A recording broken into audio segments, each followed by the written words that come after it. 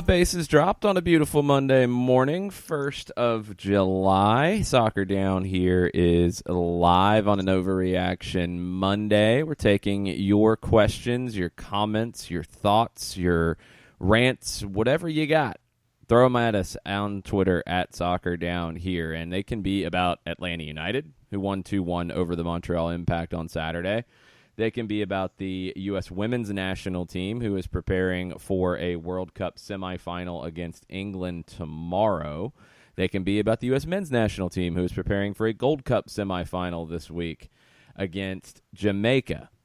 And if you want to talk about last night's second half, oh boy. Anything else you want to get into around MLS? There's a lot of discussion about referees. The dam has burst on not criticizing referees this week. Whoa, all over the league. Some are valid, some are not. We'll get into all of that. But anything else you guys want to get into on an Overreaction Monday, tweet at us at Soccer Down here, and we'll start digging into it.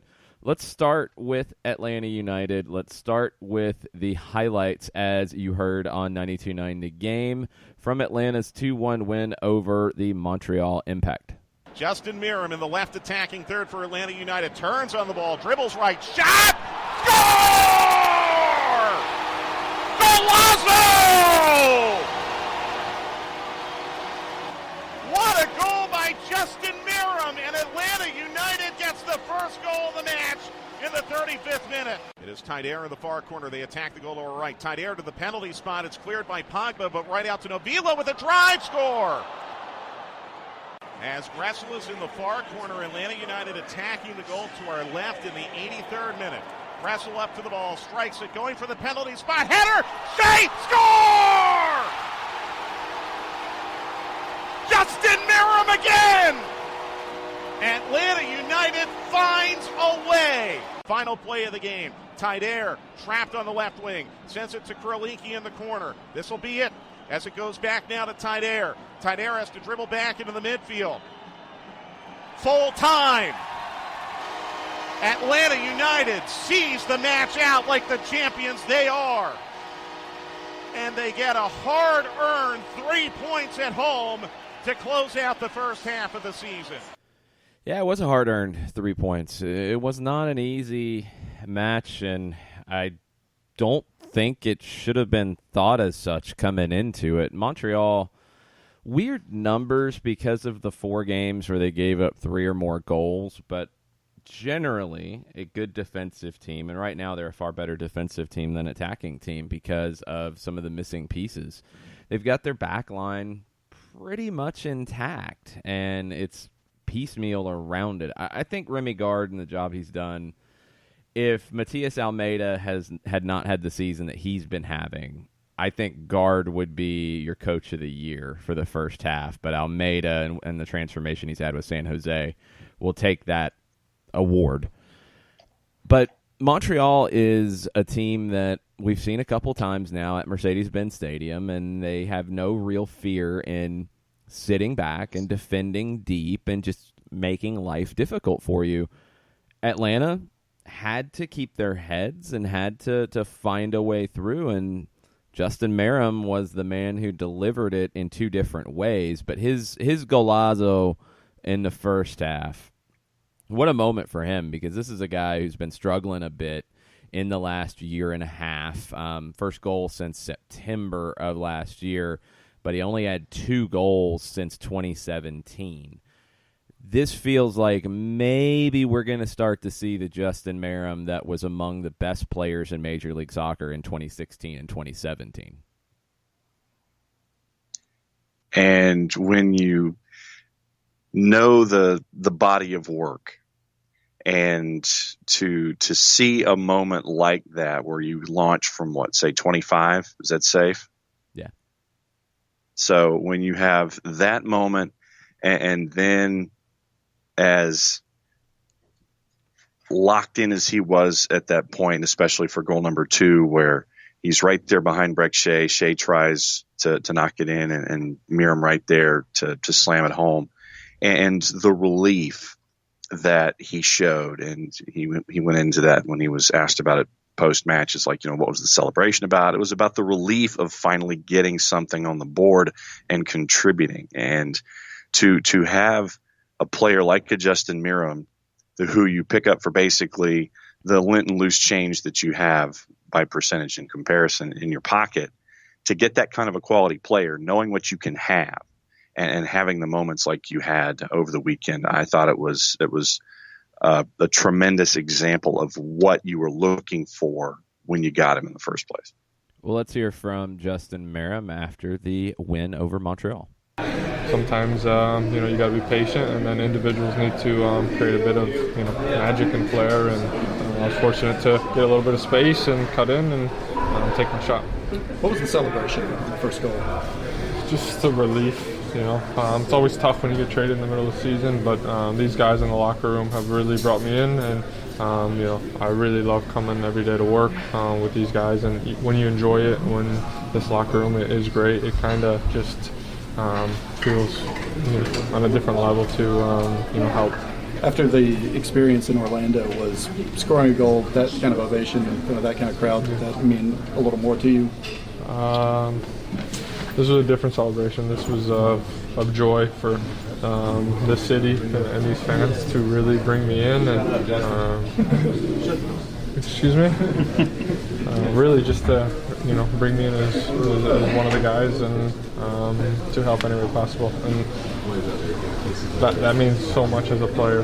I'm very thankful for that. Yeah, it really does feel like Justin Miram has just become one of the guys here in Atlanta pretty quickly. You see it on his social media accounts. Really feels just comfortable, and that's such a huge thing. I think for him, after what happened in Orlando, that was a big part of him getting back to where he wants to be as a player, was that feeling of comfort and being just comfortable in your surroundings and with your teammates, and he has that here. You could see it from his teammates celebrating with him after these goals. Let's hear from Frank DeBoer about the match and what he thought following the win over Montreal.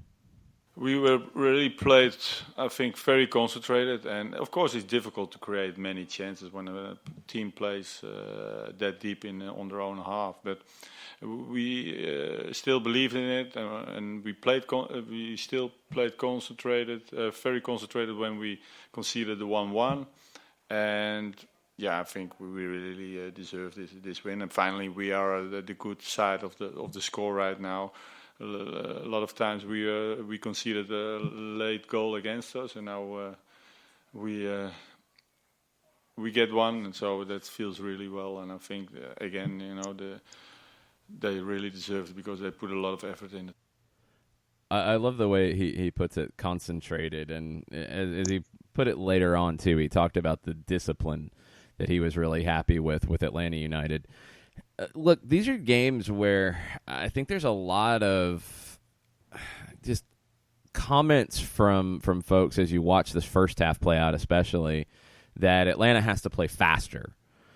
There's a huge concern with that, because when you play faster against a team that's going to commit numbers behind the ball, the faster you go, the faster the ball can come back at you, and you're not shaped for it. You're not positioned for it. They are. You have to be disciplined. You do have to be patient. And I know those words, for whatever reason, have been, I think, triggers for people. That's how you have to attack this, because if not, you're turning a game that you have control in. And Atlanta conceded one shot on goal, and it was the goal that really wasn't a shot on goal. Navilo's shot is going way wide, and it comes off of Diallo, who was onside. It was after a set piece. Remedi was stepping up off the post. But that's all you conceded on goal. You conceded 5 shots, period. So you're in control of the match, partially because Montreal is allowing that. You're not letting them come out and break on you, though. That's where you want to be. And you have to break them down over time. You don't try to do it in the first 5-10 minutes. You don't just run into a team that's going to set up that way. You can't. If you do, it's reckless. Because if you do, what happens a lot of times to teams in that situation is they concede going the other way very quickly because they're out of position. part of the possession and the build-up play is to be properly positioned to deal with a counterattack. And I thought Atlanta United did a pretty good job of that. The one time I was concerned was really the only other Montreal highlight that made the melt at the end of the match. The one early where Taider got loose down the left and played a really good ball into Chouanier, who had gotten behind Florentine Pogba, and his shot was wide. That's about it. That's okay. And you have to trust in your top players to find a way through. Justin Merrim was that guy in this one. Let's talk Pity Martinez, because that was the other major talking point coming out of Saturday. Pity Martinez assisted on the first goal from Merrim, and he assisted with the pass, but he also assisted with the run, the dribble across the top of the 18, plus the continued run that created space for Merrim to cut back across the grain. First half was good. Second half was not. And I thought De Boer was very clear in his reasons for subbing Pity Martinez. And I've seen this mentioned in multiple places and the details left out. It was left out in the MLS Soccer column of the week, just saying that Pity Martinez was giving the ball away or making too many mistakes. De Boer was very clear in not just saying he was making mistakes, so I pulled him.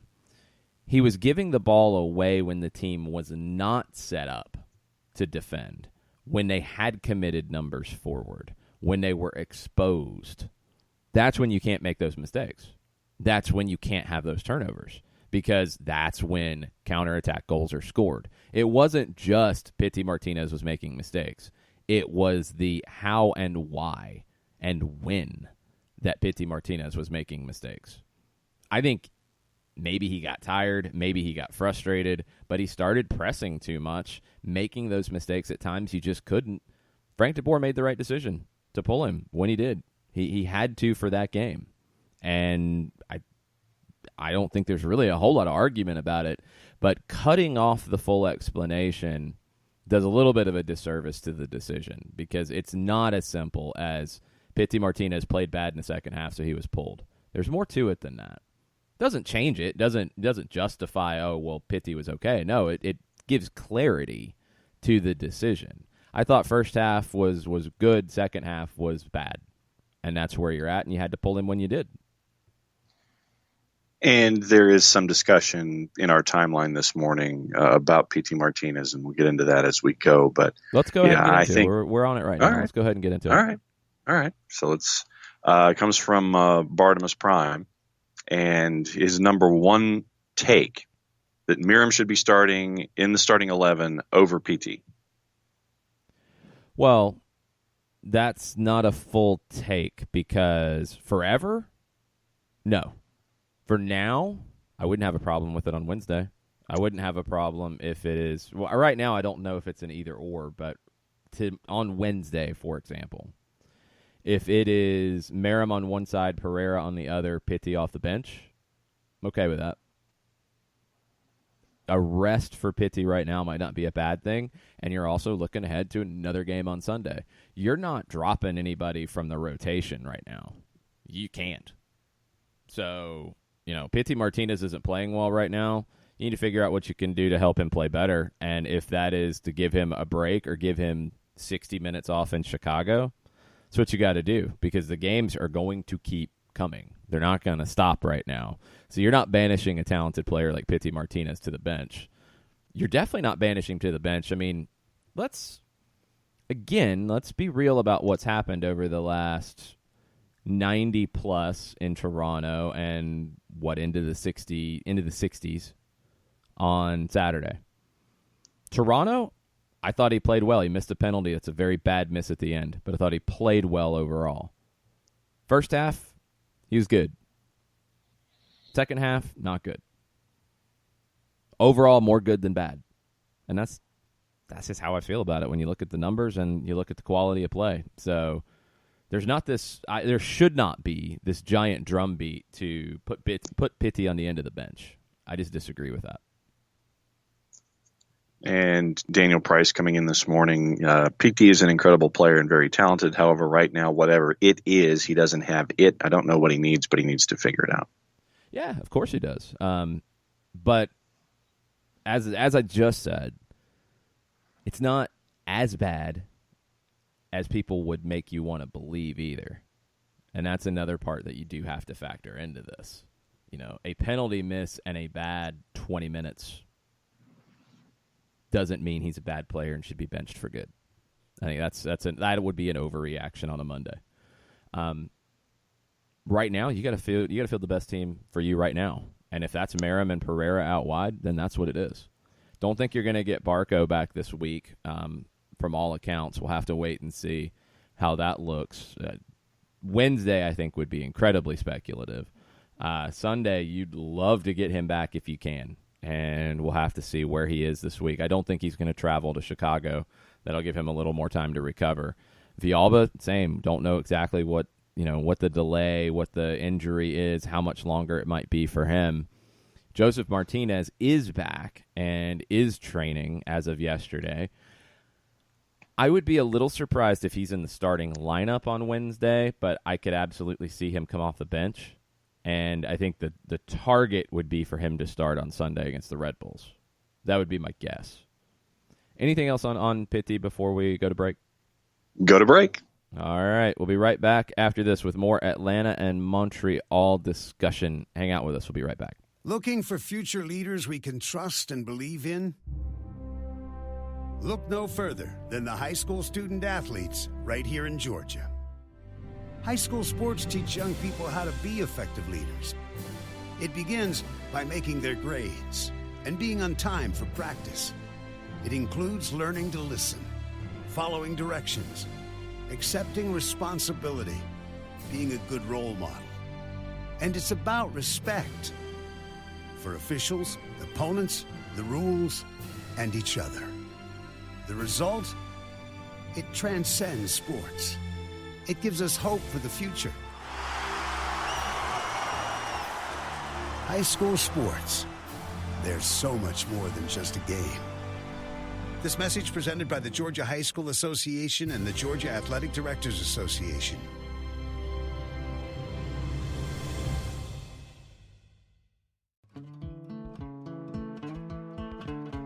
Today's show is presented by Apolinsky & Associates, personal injury lawyers with over 30 years of experience, supporters of Atlanta United, Faction, and Inter-Atlanta Youth Football Club.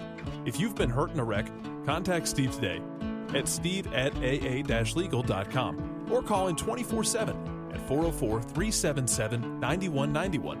The initial consultation is free. We know that every driver is different, and a one-size policy does not fit all. That's why Country Financial offers a variety of discounts, so you get the coverage you need and the savings you deserve. From good driver to good student, multi-policy to multi-car, we've got a discount to suit every driver. Call Jason Wright at 678-568-6871 today to see what you could save. On Facebook at Jason Wright Agency or by phone at 678-568-6871. Discounts vary by state. Policies issued by Country Mutual Insurance Company, Country Preferred Insurance Company, or Country Casualty Insurance Company, Bloomington, Illinois.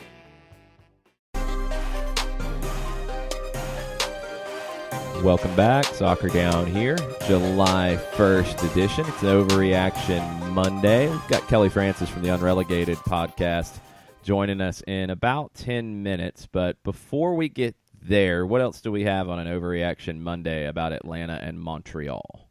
Oh, Atlanta and Montreal. Okay, because we do have other topics on the board. We're not on other topics yet. Oh, I know. Michael Cinco, stop saying PT's playing bad. He had a good game in Toronto and a good first half, just a bad second half. PT should continue to play if fit. Yeah, I mean, you're going to rotate right now anyway, and if Wednesday is a game where you can rotate and play Merrim and Pereira, I'm not against it at all.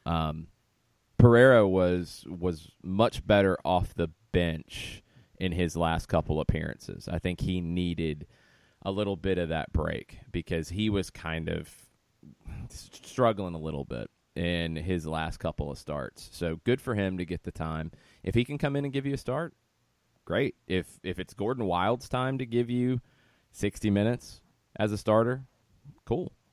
You're going to have to rotate right now. You just don't really have a choice. I like the way that DeBoer handles that, though, because it is not wholesale changes going into a match where you're risking that result. I think that's the wrong way to do it. You have to have the confidence in your group to be able to have the rest of the guys pick somebody up around them. So whether that's Gordon Wild, whether that's Dion Pereira, whoever it is over this next run of games, you'd like to see it. And, let's be real here. Not all games are created equal. The Red Bulls game next Sunday is going to be a showcase big deal. I think you want to be at as close to full strength with your top players in form in that match. So if Chicago is a match where Joseph, obviously, I think travel as well. You're not going to see him go 90 minutes in Chicago unless he's just ready for it. You want him to be ready to give you a great 90 minutes against the Red Bulls. Pity Martinez, you want to be sharp against the Red Bulls. So you are going to be looking ahead to that one, maybe just a little bit more than the Chicago game on Wednesday. But you have the depth to be able to handle both. Coming out of the blocks, Katie Weaver had 2 questions. You've addressed the first one about timeline for people returning back to the roster. Second thought, Atlanta United didn't look their best Saturday, but still think they could beat the #USMNT. Oh, we'll get into that in a little bit. That was maybe the most concerning U.S. result since Greg Berhalter took over. And it was a win, but it was not a convincing win in a knockout match against Curacao, who's ranked 70-something in the world, and a Curacao team that, in a lot of ways, dominated the second half. Mm-hmm. That's scary. So, I don't know. Club teams and national teams, I mean, you can't really truly compare them because average club teams are going to beat better national teams on a regular basis because the club team trains every day and the national team gets together occasionally. So you just have a greater depth of tactics and all that. So it's a hard comparison straight up. The U.S. used to play those weird friendlies because that's all the U.S. did was play friendlies before MLS started. And you'd play Sheffield Wednesday in a friendly at Veterans Stadium in Philadelphia, or you'd play AC Milan in the Marlboro Cup at Soldier Field. And they were always just strange games. It's rare now that you see a club team versus national team friendly. Still happens every once in a while, but pretty odd. Daniel Price has the Overreaction Monday After Action emoji report, and there are 40 emojis that he has placed in a line that he's wanting analysis on at some point. That's a lot. Why don't you record that for him and send it to him in a message? And on a bit of a side note, he is invested in Prize Picks with his useless soccer knowledge and listening to the two of us, and he is on the positive right now. #Overreaction Payday. Yeah, it's been a good last couple of weeks on the Prize Picks.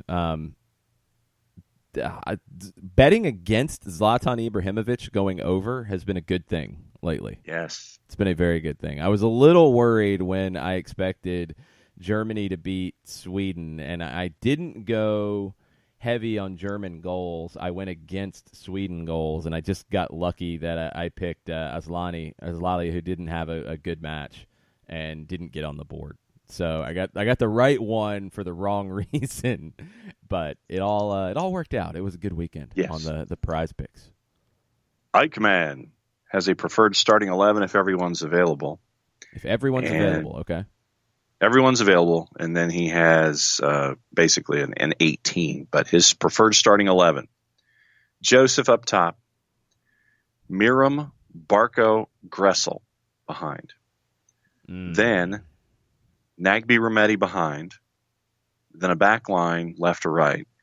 Shea, LGP, Miles, Escobar, Gazan in net with a bench of Can, Tito, Flo, Parkey, PT, Dion, and Jeff Lorenowitz. If everyone's available and everyone's in form and healthy, Pity Martinez is not on the bench. I'm sorry. I know right now people are really upset about Pity Martinez not lighting the league on fire, but if everyone is healthy and everyone is available and everyone is in form, that ain't happening. He didn't win the South American Player of the Year award by accident. It wasn't a mistake. Has he hit that form yet here? No, he hasn't. But if everybody's in form, he is not on the bench. I'm sorry, I got to completely disagree with that. Questions about if Villalba would be on the bench if everybody's in form and how you would make it work. And I think that shows you the depth and difficulties here. I mean, Julian Gressel has not really been lighting it up lately. And I've started to see some people ask questions about that, which it's been a little slow. Look, there's players who are fan favorites and there's players who are not. And the reactions, I think, are kind of obvious who they are. I don't think it's a guarantee in a best 11 with everyone available and everyone in form that Gressel's in the lineup. I don't think it's a guarantee that Villalba's in the lineup. I don't think it's a guarantee that Merrim's in the lineup. I don't think it's a guarantee that Shea would be in the lineup. I don't necessarily think it's a guarantee what the midfield trio would be, and some of that's going to depend on the opponent, with Lorenowitz, with Nagbe, with Remedi, with whoever the 10 would be. I think if everyone is in form and playing well and available, Joseph is playing, Barco is playing, Pitti is playing. I'd lean to Nagbe playing, although there could be situations where that doesn't happen based off the opponent, but that would be rare. LGP is playing, Miles is playing, Escobar is playing, and if he was healthy and had a year under his belt by now, I think Bello would be playing. But that's where you're at. So it's good to have depth. Yes. And it's good to have competition for spots. I will always go back to what Pep Guardiola had to say going into this year at Manchester City, where they went out and they brought in some players to compete for spots, because when you're coming off of a championship season, you're going to have a little bit of a letdown. I think MLS is set up to have that be magnified because of CONCACAF and because of starting the season. Just you have less of an off season.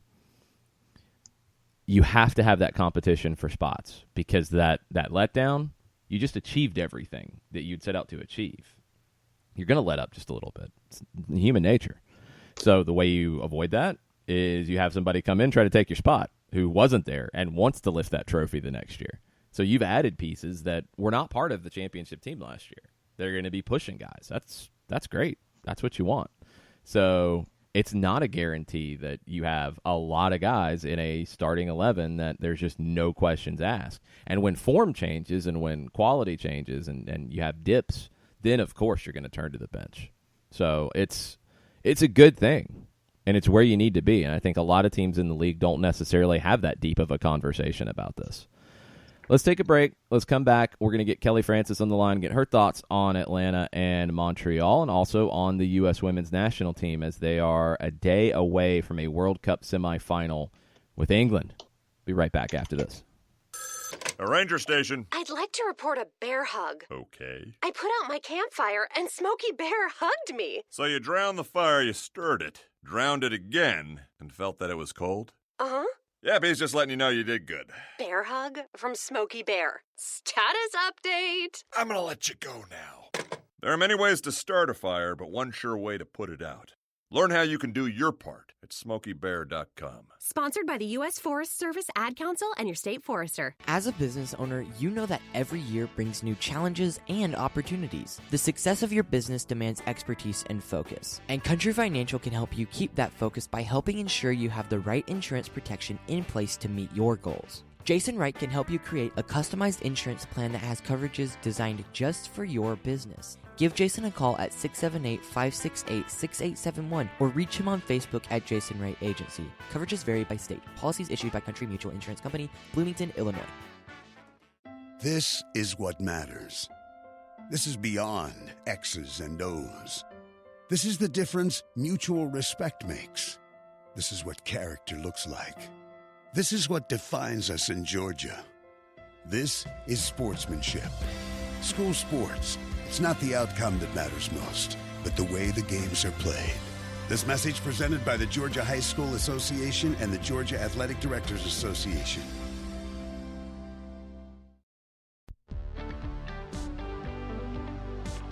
If you've been hurt in a car wreck, contact my friend Steve Apolinski of Apolinski & Associates.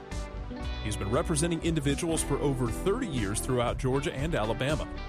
Email him at steve@aa-legal.com or call him 24/7 at 404-377-9191. The initial consultation is free.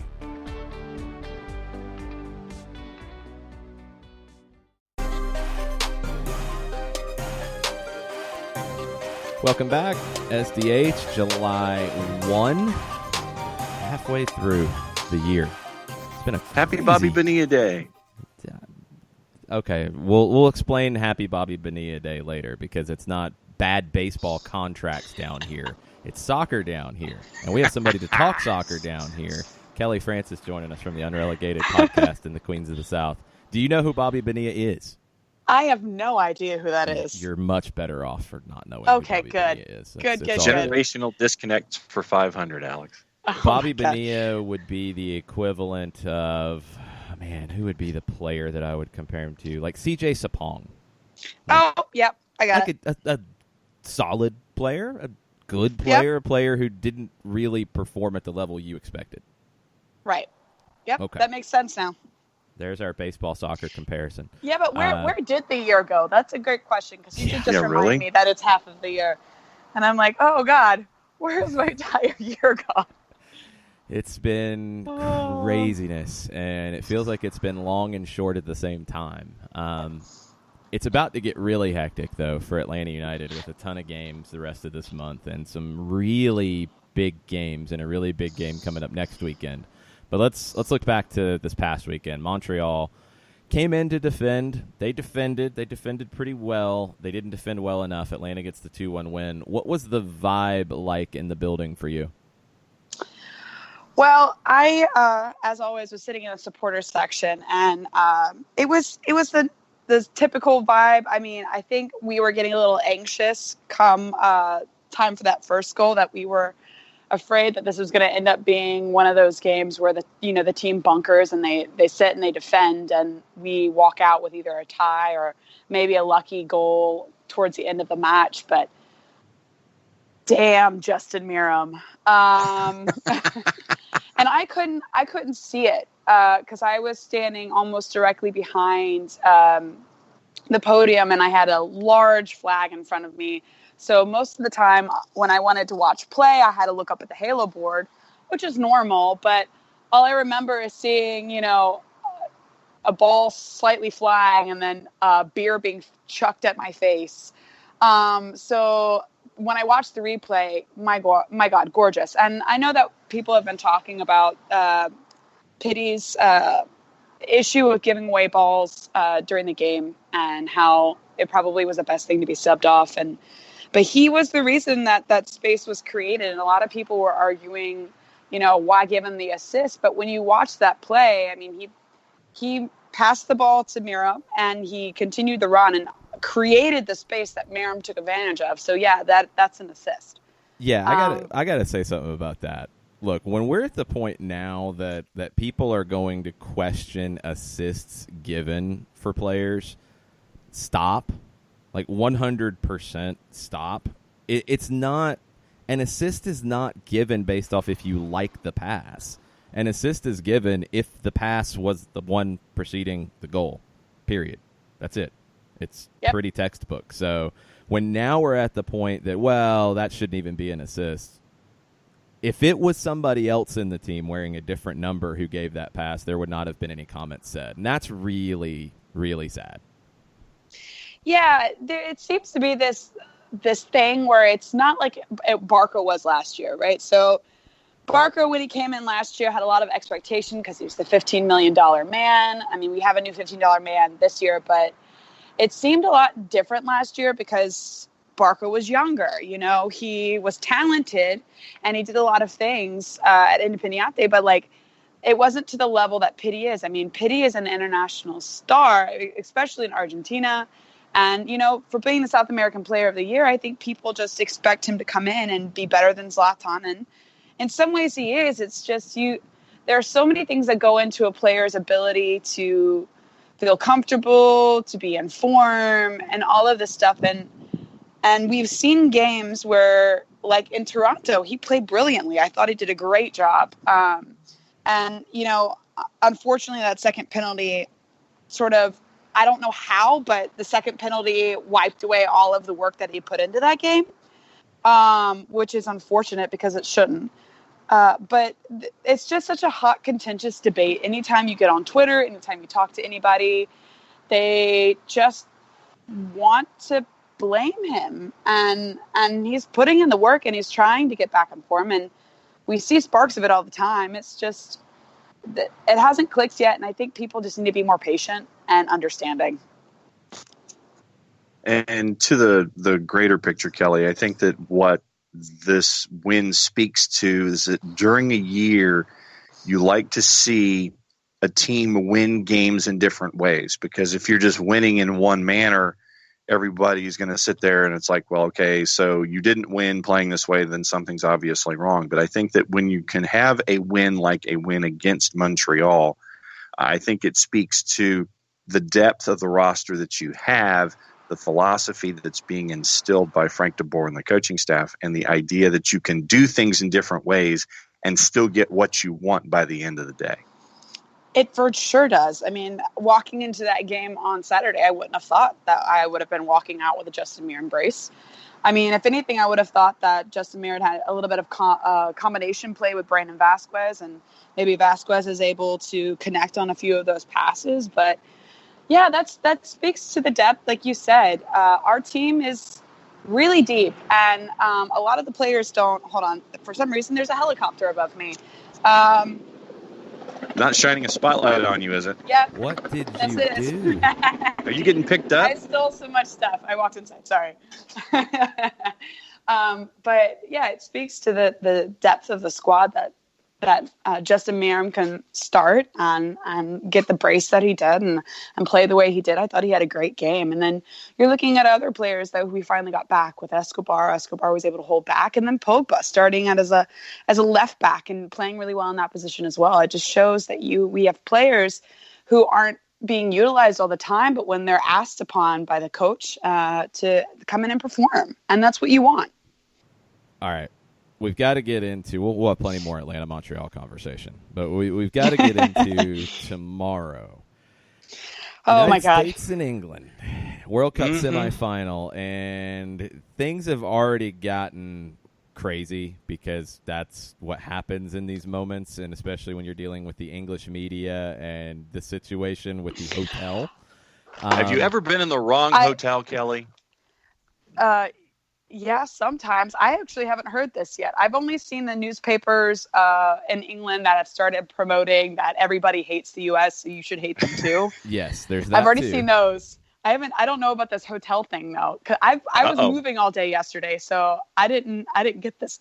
Please tell me. So Phil Neville was not happy that U.S. staff members were spotted in the secure area of the hotel where the English team was located, and I believe the explanations that have went back and forth are that the U.S. was scouting out the hotel for moving in there after this win and preparing for the World Cup final. England was not very happy about that, and Phil Neville was not very happy about that. I think it's been played up on both sides. Last night on Fox Soccer, on the Fox Soccer report on after the U.S. men's national team match, there was a lot of, I think, just not attacks, but just real negative conversations about Phil Neville and how he's making this all about him. I think, if anything, what Phil Neville's doing is, he's taken the match away from discussing player by player who has the advantage, which most people would say the U.S., and he is turning a little bit of the spotlight on him so his players can just prepare to play. And we've talked about it throughout the tournament, Kelly. This England team is very, very talented and will be a very tough challenge for the U.S. Yeah, I'm getting goosebumps as we talk about it. It's going to be one of the best matches we've seen in women's soccer in a very long time. And that's not saying that the quality of women's soccer is not bad. It's just that both teams are at their prime right now. You're having two very, very good teams who have been really good in the run of form lately, who have played very good matches, have obviously showed their worth and showed that they deserve to be in this position. it's a heavyweight battle. And if there's any team in this competition right now that I, looking at the whole thing, really didn't want to go against, I mean, it would have been France and England, but now that we're stuck in England in a semifinal, it makes me very, very afraid. They're a good team. White will kill you. Parrish will kill you. We just have to be solid defensively. And I think one of the most important key figures of this whole thing is that we need to hold the midfield. If we lose in the midfield and allow those turnovers and in the half of the pitch or closer to our thirds of the pitch, then we're looking at a game that we might not walk out of winning. Coming into the tournament, I know that there were concerns about outside back and in net. Over the time of the tournament, do you still have those concerns at outside back and in the net for the U.S.? Outside back as in Crystal Dunn? Yeah, or just on the right-hand side, or just... No, Crystal had her match of the tournament against France, and Jason and I had talked about this.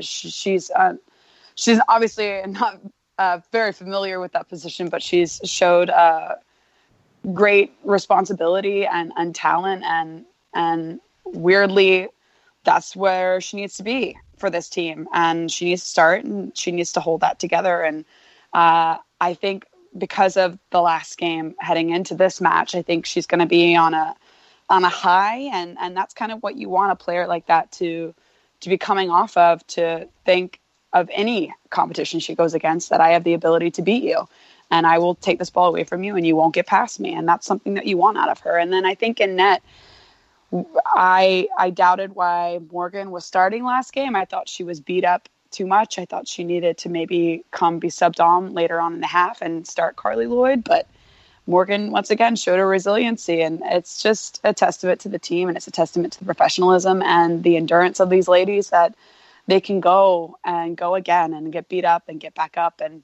they're going to need that endurance. They're going to need that fortitude going against England, because they will try them in every position.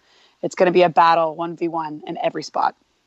So if the United States wins tomorrow, who is the player that we are talking about afterwards? And if England wins tomorrow, who's the player we're talking about afterwards? Whew, that's a good question. For me, I think it's White on England's side. I think she's just a joy to watch. So I think if anything, it's going to be her. U.S. Honestly, I think it's going to be Ertz.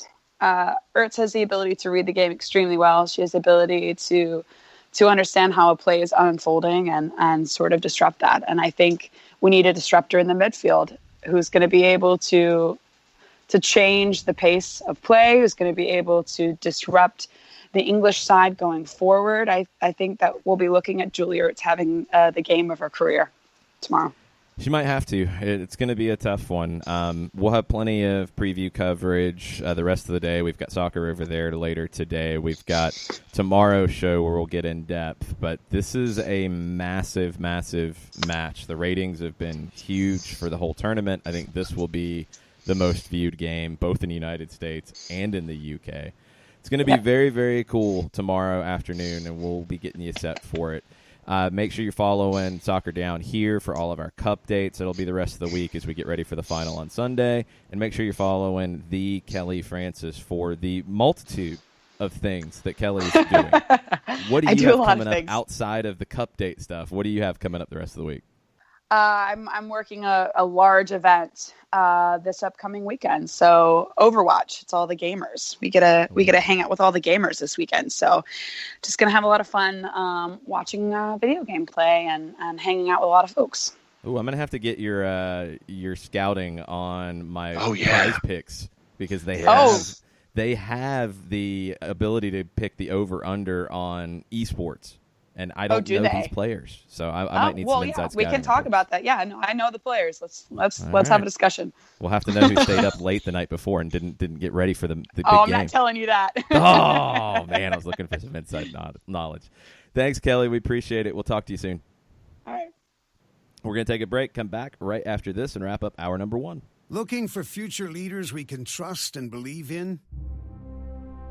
Look no further than the high school student athletes right here in Georgia. High school sports teach young people how to be effective leaders. It begins by making their grades and being on time for practice. It includes learning to listen, following directions, accepting responsibility, being a good role model. And it's about respect for officials, opponents, the rules, and each other. The result? It transcends sports. It gives us hope for the future. High school sports. There's so much more than just a game. This message presented by the Georgia High School Association and the Georgia Athletic Directors Association.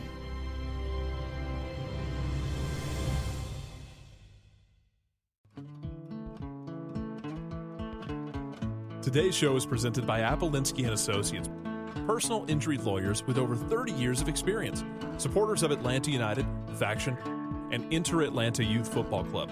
If you've been hurt in a wreck, contact Steve today at steve@aa-legal.com or call in 24/7 at 404-377-9191. The initial consultation is free. We know that every driver is different, and a one-size policy does not fit all. That's why Country Financial offers a variety of discounts, so you get the coverage you need and the savings you deserve. From good driver to good student, multi-policy to multi-car, we've got a discount to suit every driver. Call Jason Wright at 678-568-6871 today to see what you could save. On Facebook at Jason Wright Agency or by phone at 678-568-6871. Discounts vary by state. Policies issued by Country Mutual Insurance Company, Country Preferred Insurance Company, or Country Casualty Insurance Company, Bloomington, Illinois.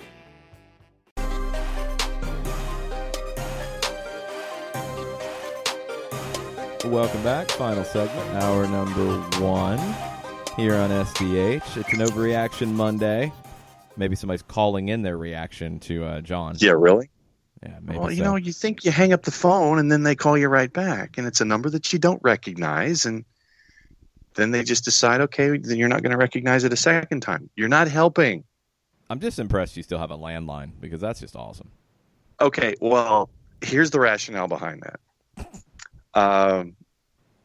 Basically, it comes down to the boss's parents because they have a landline in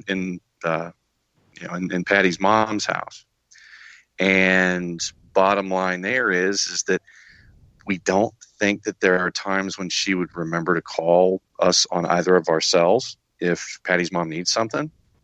So it's just easier for us to have a landline in these situations. And, some folks actually do reach out on the landline. Okay. I'm just how it is. I'm just going to go with a big okay. Uh-huh. Well, some folks just don't call you on your cell. And they're just, they know that there's a number that exists and has for quite some time. And they just keep calling that number. Oh, man. Anyway, it's about as funny as the offer that is supposedly out there for Josie Altidore. If you haven't heard about this one, Stephen Goff from the Washington Post tweeted this morning, silly season is fully upon us now that we're in July. The window doesn't open until July 9th for MLS, but the Chinese League transfer window is opened, and Jiangsu Suning FC has made a transfer offer of $10 million to Toronto FC for Josie Altidore. The contract would pay him $25 million for 3 years, so 8+. Altidore signed an extension with Toronto in February through the 2022 season. He's 29 years old. This year he'll make $6.3 million, so it'd be almost $2 million more per year. Man, that's a big offer. That's a big offer. But being newly engaged, and are they going to take care of, is this tax free? Are they going to take care of your lodging? What are the bells and whistles attached to this? Yeah, it's a big offer, but do you want to leave the continent? I mean, is Toronto taking care of tax free and lodging and all that? Don't know. Probably not. So about $2 million more plus whatever cut he might get from the transfer fee. I don't think it's a no-brainer that he doesn't take it. And I also think that people who have said, like, oh, well, that would end his national team career, I don't necessarily think that either. I'm not so sure of that. I'm there with you. I'm just looking at his recent engagement to Sloane Stephens as number He one. can't be engaged it's like, in do you China? But you know how it is with relationships and distances. I don't think that if you're newly engaged, you want that kind of a challenge. Yes, but it's not like Sloane Stephens is hanging out at home. She's a busy woman who tours the kind world. Of busy. Playing tennis. She's busy in the All England's lawn tennis club at the moment, I believe. Yes. So, yeah, I don't know. I mean, it's not a definite. I mean, that's a pretty good offer. That's a larger transfer fee than I would have expected. The salary is a raise, so that would factor in as well. Keep an eye on it. I don't know if it's a no-brainer that he says no. I really don't. That's going to be an intriguing one for Toronto to deal with as well, because they did just commit to him for another 4 years through 2022. And, you're going to have to go out and replace him. You're going to have money to work with. And what do you want to do with that? We'll have to see. I'm very, very intrigued by this one, and with the recent comments from Bill Manning about Greg Vanney and the expectations that this needs to be a playoff season, and if it's not, that might be the end of the line for Vanney. This is part of that decision. Do you think this team, as currently constructed, is a playoff team and is a contender? And if you're not so sure and you're thinking about making major changes going into next year, do you just want to go ahead and accelerate that process? I'm very intrigued at Toronto's current situation. And, Michael Bradley coming up to the end of his contract, and you don't know what that's going to mean for him going into next year. Yeah, I think you've got a lot of high salary guys who are in that zone of, okay, what are we going to do here? And, if you believe in the black helicopter theories involving Giovinco as well, I mean, that's thrown out there as a part of it. So that would be your straight up move. If you're gonna move on from Josie Altidore right now and pocket that money, you're gonna go around and bring Giovinco in. I mean, that's the move, is you sell Josie and you use that to bring Giovinco in, because you have to open up a designated player slot for him. So if those things fall into place, that might be the direction you go. I will be very, very interested to see what happens with Toronto in this upcoming window, because they've got to make moves, period. Wasn't necessarily thinking about a move like this outgoing, but that's a tough one to say no to, because I don't think that type of offer is coming around again. And if Josie's willing to do it, Toronto might need to do it. It's going to be interesting. Some other rumors as we get closer to the transfer window. Vancouver is starting to sound a little more optimistic about keeping Ali Adnan, as his loan just expired yesterday. Not sure about his availability this week. It's a little tricky, and I've seen some questions about it. I think they can extend the loan, and he would be able to play this week before the window opened.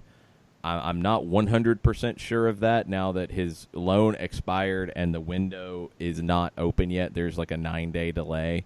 Would that make him ineligible to play over the weekend? It might.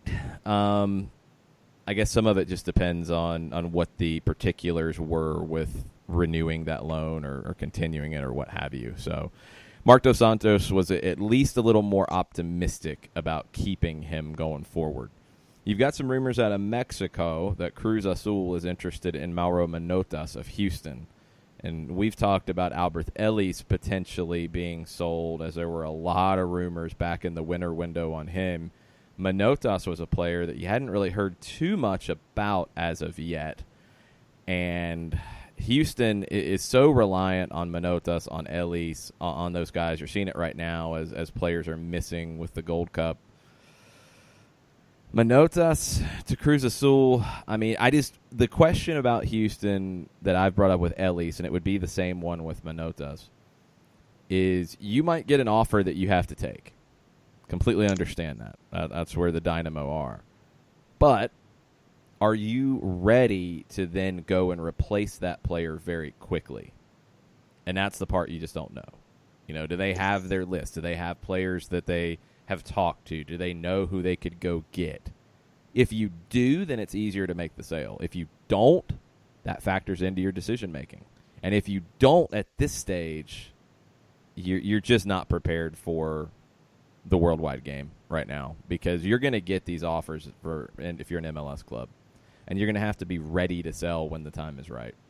And we'll see if Houston is, and we'll see if Cruz Azul, really does deliver a good offer to them as well. That's also a big part of it.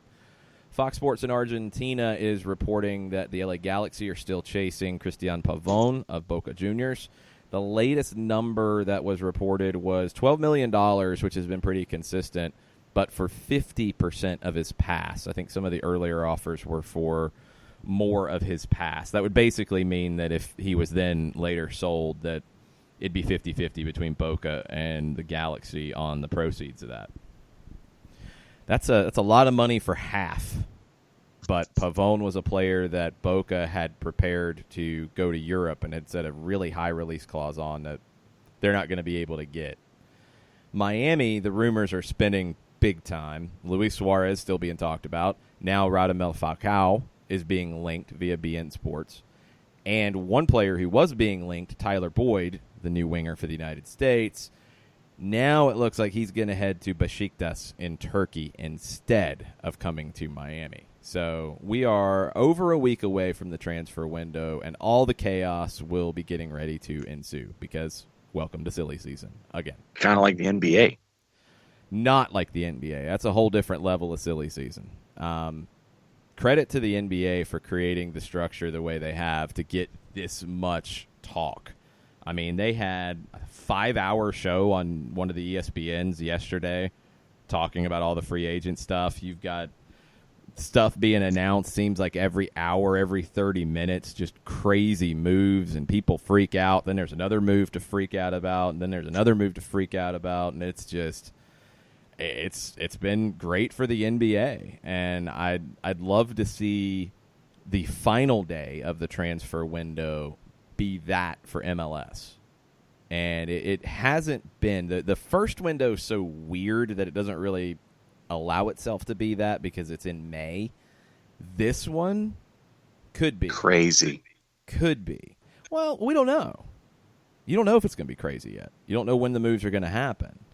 But this one, to get that conversation, I would love, love, love to see it. So we'll see if MLS Soccer on the digital side is ready for it, and we'll see if it gets talked about. We'll see if the moves materialize for it to be talked about. That's the bigger question. Let's take a break. We're going to come back, get into more Overreaction Monday from you guys on the Twitters, but we're going to talk MLS and the weekend that was right after this.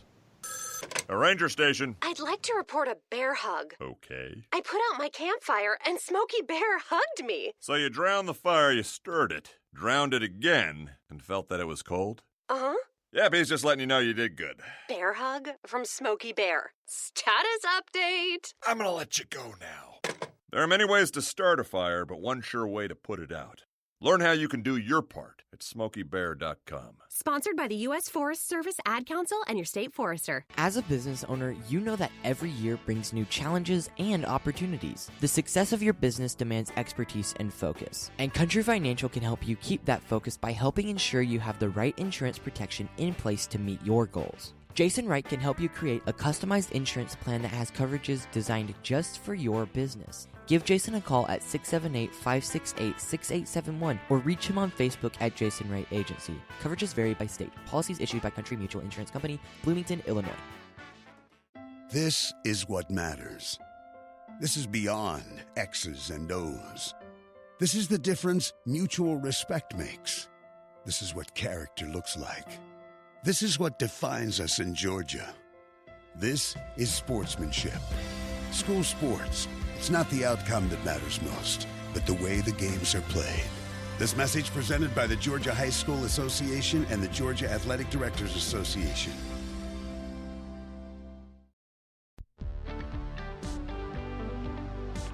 If you've been hurt in a car wreck, contact my friend Steve Apolinsky of Apolinsky & Associates.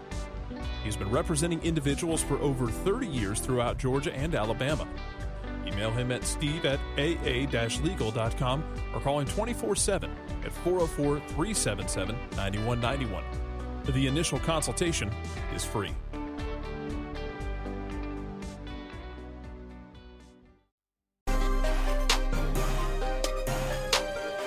Welcome back. Hour number 2, Soccer Down here. July 1st. It's gotten hot, too. It was gotten muggy. Is the biggest difference. Saturday, it wasn't actually that hot temperature-wise, but it blew was through 4 shirts. Soupy. And John needs more shirts, apparently. It's not the volts that get you; it's the amps. That's the weather equivalent. It's not the heat; it's the humidity. Volts and amps. Yeah, it's not. Like when you're when you touch something and you get electrocuted, it's not the volts that get you; it's the amps. In the weather's case, it's not the temperature; it's the humidity that's associated with it. I just generally try not to get electrocuted. I do too. That's the way I handle that. I don't want to know which one is worse. I just really don't want to get shocked. So, no, that's not a good idea. No, I avoid both altogether. It is Happy Canada Day as well. Yes, it is Canada Day. Correct. What is your favorite thing about Canada? The exchange rate. Okay. Because you can buy 35% more stuff when you go to Canada than you can when you don't. It's true. It is nice when you go just to the convenience store and see like prices. You're like, oh, okay, and then you see the conversion. You're like, oh, okay, very nice. Mm-hmm. I think there's better things about Canada than the conversion rate, though. That's Jay kind of and Dan underselling it a bit. Who? What? Jay and Dan. Well, you might have to tell people about Jay and Dan because they're not well known here. Jay thanks Fox for burying them. Jay Onright and Dan O'Toole, the hosts of Sports Center TRE on TSN. Yes. Tremendously talented individuals and anchors. And when Fox tried for the umpteenth time to try to challenge ESPN, they brought Jay and Dan down and kind of really buried them in the talent pool and what they were going to do with their show. From the beginning. Like they yes. They, to me, and I mean, I watched them when they came to FS1 because I was not familiar with their work before that. And they reminded me of the classic late night Sports Center from the late 90s when it would be, I mean, it was a range of different people on ESPN, but I would think to like Kilborn being like just way off center and weird, but when you were in college and it was 1 o'clock in the morning and then they'd repeat it every hour in the morning when you'd get up. Yep. Like, and it was just weird. Okay. Dug it. So like Kilborn, Stuart Scott when he was on those late ones, Rich Eisen when he was on those late ones. Those were a lot of fun, and it reminded me of those shows. It was definitely something that you needed to see a few times, I think, to get all of the jokes and get the sense of humor. I loved it. I thought it was great. But when they did their whatever, was it Fox Sports Report or something, whatever they called it, their version of Sports Center when they tried to be like ESPN when FS1 really, really launched, they jacked in like a kind of debate show into the middle of it, too. Which was awful. It was bad. Like Sports Center combined with Around the Horn. Yeah. And it just didn't work all in the same Fox spot. Sports Live. There you go. If it had been one or the other, it would have been more successful for either part. But by putting them together, it didn't work. That's why you don't have that. So, Andy Roddick, Gary Payton, Carissa Thompson. Well, and then there's that. They put people, I mean, Carissa Thompson's great, but then they put people on that just didn't really work. So forget that. It was the fact that they had Jay and Dan, and they put them in a format that didn't work, and then they blamed it on them, and they put them like in some weird late night show that didn't work either because it wasn't Sports Center. It was, I guess, like an interview show that they put them on, and they did the best they could with it, and they were good, but it didn't catch. So they go back to Canada, and they get a big Tim Horton sponsorship, and had a chance to watch some of the Sports Center with Jay and Dan. It's kind of like the Van Pelt edition now, where it is very branded about them, and it is their thing, and it's great. It's very funny. I learned that I need to, when I get poutine, when I go to Montreal, I need to get the fries well done. I was learning things from Jay and Dan on a Sports Center presented by Tim Hortons when I was in Toronto. But no, you've got music, you've got the music, you have actors, and for me, it's their approach to news and how they do things. But there are a lot of different things. And going to Toronto, it's always tremendous because of the food and the atmosphere, and from a tourism perspective, and just all the nationalities that can come together almost block by block, and you get to experience different things from different cultures in Toronto. So I always enjoy going to Toronto. But yeah, for me, it's music, television, culture, everything across the board. So happy Canada Day. It was not happy Canada weekend for soccer fans north of the border. It was bad. I had a great chance to sit and talk with the French language radio team for the Impact, who were at the Benz, and Jeremy Filosa and Arcadio Marcuzzi. Arcadio was not happy after the game because, one, Montreal played the way they played and wasn't able to get a result, but they knew coming in that if you got a draw, you were going to be really happy. So they weren't really too down about that. They were down about Canada blowing a 2-0 lead to Haiti and being knocked out of the Gold Cup. Oh. Blowing it. Completely and utterly blowing it. Horrendously blowing it. Bad. Mm-hmm. On top of the women being bounced in a very just blah performance in the World Cup in France for the Canadian women, and it feels like the end of that generation of stars. This Canada men's team was supposed to be the generation and the group that brings them back to prominence in CONCACAF, and they bounce out in the quarters to Haiti. Haiti makes the Gold Cup semis for the first time ever. It's a happy Canada Day. It's not a happy Canada soccer day. Yeah, it's just the giveaways deep in their own end that created quick chances and goals for Haiti. I mean, you're thinking 2-0 and you're like, okay, and then you turn away and then you turn back and you're like, wait, what? And it was just, you look at the highlights, just the short version if you didn't get to see the match on the men's side at Gold Cup, and you just looking at the reaction of Canadians across the board about what happened, and the word that capitulation, is that a fair assessment? That's what I said, was capitulation, because you had a 2-0 lead, and the first goal you give up, I mean, the goalkeeper screaming at the defender for the ball back to him, that was a little light, but the goalkeeper is backing up, watching the Haitian forward tearing in on him. The goalkeeper got to get after that. He's thinking about his order at Tim Hortons the next morning. He's not stepping up to blast the ball away. He's thinking about what flavor of Timbits he wants, and then he starts yelling at people. Blew my mind. Horrendous. You can't do that if you're Canada. You can't do that, and then it all falls apart. It just all fell apart from there, and that's not even getting into Alphonso Davies playing outside back. So Canada has their Tyler Adams playing outside back situation with Alphonso Davies, and lots of great things about Canada. I thought you were going to drop a Siggy Schmidt, Jossie Zardes reference. No. That's a whole different conversation. Lots of great things about Canada, but soccer is not one of them at the moment.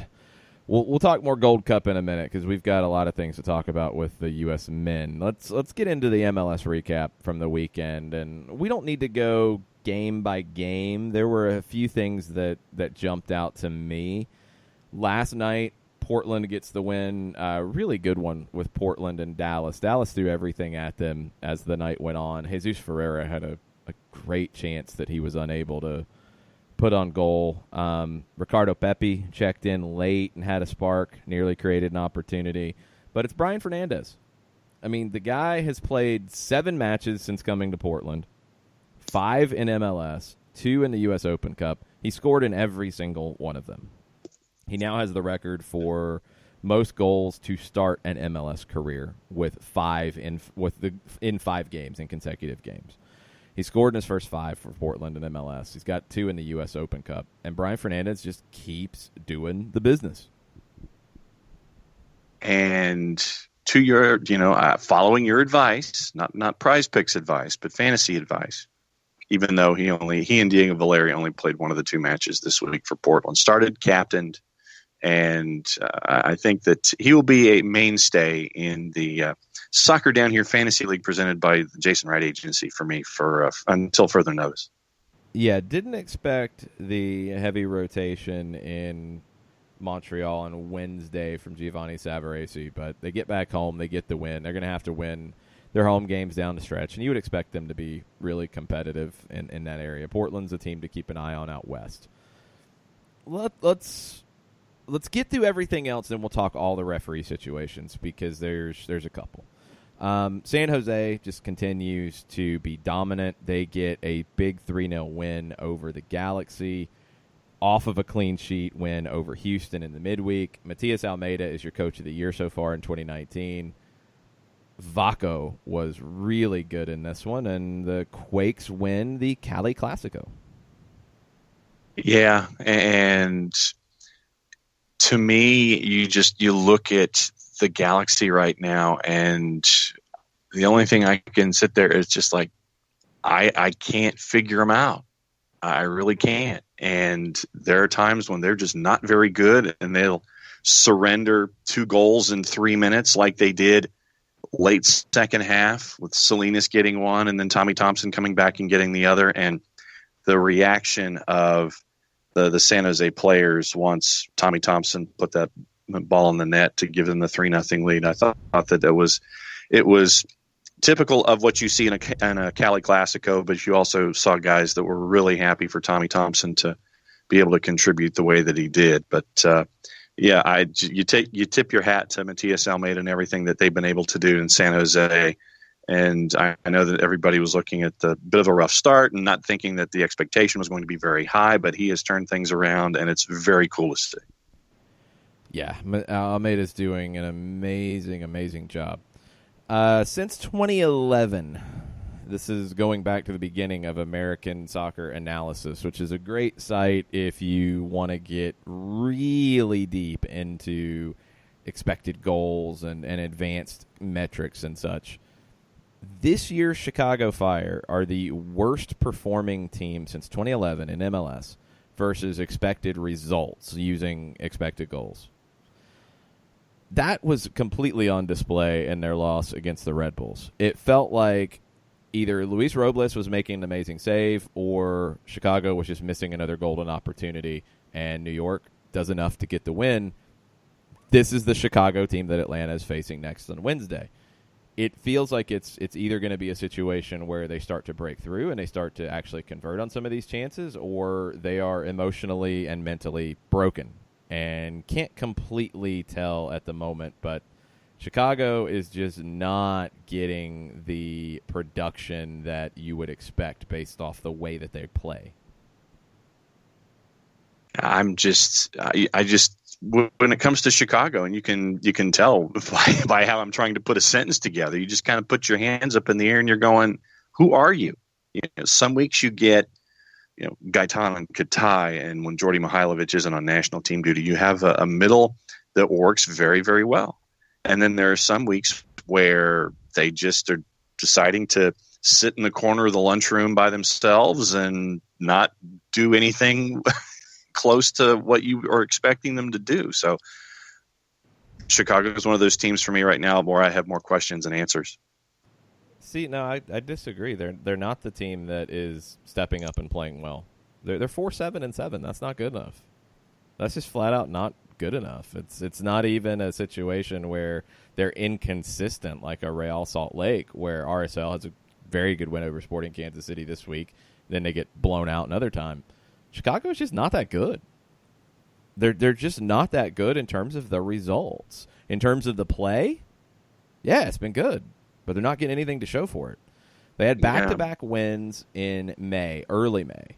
5-0 over the Revolution at the end of the Brad Friedel era when nobody wanted to play for him anymore, and a 2-0 win over Minnesota, both at home. Since then, it's been a 4-1 loss in San Jose, a 1-1 draw at home to NYC, a 3-3 crazy draw in D.C., a 2-0 loss here in Atlanta, a 1-1 draw at home to RSL, and a 3-1 loss on the road at Red Bulls. We've had some tough opponents in there as well, but they're not getting anything to show for their play. So I think when you talk about Chicago, it's not a situation where they're up and down. It's a situation where, in general, they've played okay. They've played pretty well in matches, but they're not getting those goals that they need to, and they're giving up bad goals. And that's why you are winless in your last 6. So let me ask you this. Combined for it. Knowing full well that we're dealing with Veljko Paunovic in a 3-year deal, how patient are you supposed to be with this form? Well, you better be, because you just signed him to a 3-year deal. I mean, otherwise, why did you sign him to a 3-year deal? If you're going to run, I thought it was too many years. But this is when we talk about this stuff. This is why it becomes complicated. Like, it doesn't matter what you thought about it being too many years. It's on paper. It's done. So you made that commitment in January or December, or whenever you agreed to it. Okay, we're going to roll with Veljko for 3 more years. Well, now that's the deal. And you're going to move on from that this fast after, what are we talking, 18 games? Into a 3-year deal? Well, I'm not necessarily saying halfway through a season you blow him up, but I'm just saying, knowing full well you're dealing with a 3-year deal, in general, how much patience do you give him? I mean, obviously you reassess at the end of the year. Patient. You don't sign him to a 3-year deal if you're not going to commit to it. And if you do decide that, okay, well, we've really messed this one up, well, whoever signed the deal's probably got to go. Yeah. And that's the bigger issue here, because if you were worried about this, and if you were worried about a slow start, then you can't sign him to the 3-year deal to begin with. So if you sign him to the 3-year deal, you can't be worried about 18 games. That's the situation. If you were worried about it, then you do what Philly did to Jim Curtin, and you sign him to a year and say, go and prove it. And that's what I would have done, but yeah, you no doubt. didn't. You didn't, so it doesn't matter. No. Woulda, coulda, shoulda. So now what? Yeah. You can't move on that quickly because you already made this commitment. I think it would be really bad for them to move on this quickly. And if you are a player thinking about going to Chicago, you would have to have a lot of questions. Look, I think when you look at this team on paper, they're a far more talented team than 4-7-7. Agreed. CJ Sapong can be a mystery at times. Nemanja Nikolic has fallen off. And if you have an opportunity for him to move on in this window, I think you need to take it, and you need to go get a different striker, because it seems like the magic is gone there. So Sapong is Sapong, but I don't think you brought CJ Sapong in to be your true number 9. I think you brought him in to be a number 9 off the bench. I think you brought him in to be a winger off the bench, and right now he's having to do more than you brought him in for. And yeah, he's delivered at times this season, but not consistently. I don't think he's a number 9 you can build around. He's very Darren Maddox to me.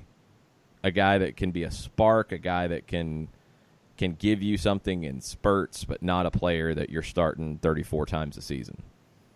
So you have Frankowski, you have Katai, you have very good wingers. You have Nico Gaitan, you have Dax McCarty, you have very good central midfielders. You have Bastian Schweinsteiger, who can still really be a big impact player for you. You have questions at goalkeeper, even though you just brought in a new one, and now he's already made some big mistakes. You never replace Sean Johnson. You have questions at outside back. You let Matt Polster go. Brandon Vincent retired. You're playing Jorge Corrales, who is a converted attacker, at outside back. Brant Bronico was your outside back on the other side, a converted midfielder. You still got some things you have to do to make the roster better, but this roster is better than 4-7-7. And the play this season has been better than 4-7-7. Is that down to Paunovic? Is that down to something else? I don't think you move on from Veljko Paunovic at this point, not after signing him to a 3-year deal. So you just have to find the spark with this team, because the expected goals, and that's what's so weird about this. This is the team that is underperforming expected results, which takes the expected goals that you're expected to score and the ones you're expected to allow game by game. This is the team that is underperforming that by the most in the American soccer analysis history of being in existence. That's a problem. Is it fluky? We don't know. We'll have to wait and see. But this is a team that should be better than they are. It's weird mistakes. It's not converting when you have the chances. I think you have to get a forward instead of Nikolic. I think it's time to make that move. If Nikolic wants to go back to Europe, and there's been some rumblings in that regard, it's probably time to do it and see if you can go and replace him with somebody, because I don't think Sapong is the long-term answer either. Let's take a break here. We'll come back and talk referees after this, because Leandro Gonzalez-Perez had some very strong comments on Wednesday about referees.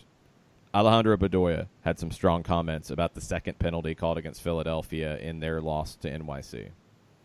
Josie Altidore had some strong comments. I think Richie Larea had some strong comments as well. Greg Vanny had some strong comments about the lack of a penalty called in D.C. for Toronto. Lots of stuff. We'll go situation by situation. There was a really weird VAR situation in Seattle, too. It ended up not affecting the result because of a late goal, but another really weird moment. We'll get into all of that after the break. Be right back after this. Looking for future leaders we can trust and believe in? Look no further than the high school student athletes right here in Georgia. High school sports teach young people how to be effective leaders. It begins by making their grades and being on time for practice. It includes learning to listen, following directions, accepting responsibility, being a good role model. And it's about respect for officials, opponents, the rules, and each other. The result? It transcends sports. It gives us hope for the future. High school sports. There's so much more than just a game. This message presented by the Georgia High School Association and the Georgia Athletic Directors Association.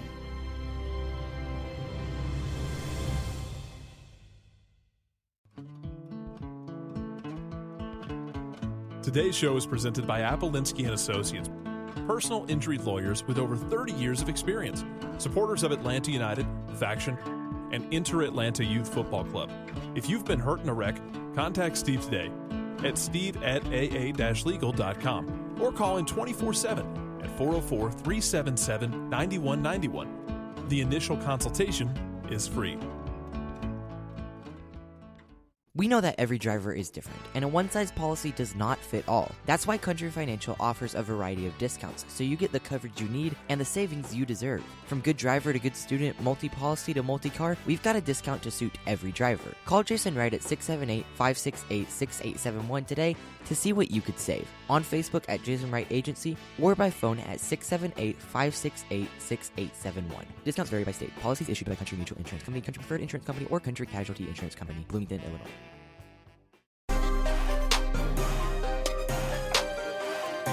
Welcome back. SDH, July 1st. Overreaction Monday. And normally on Overreaction whatever days, there's referee talk. Because that's part of the game. It's part of the reactions to the game. And usually they are overreactions.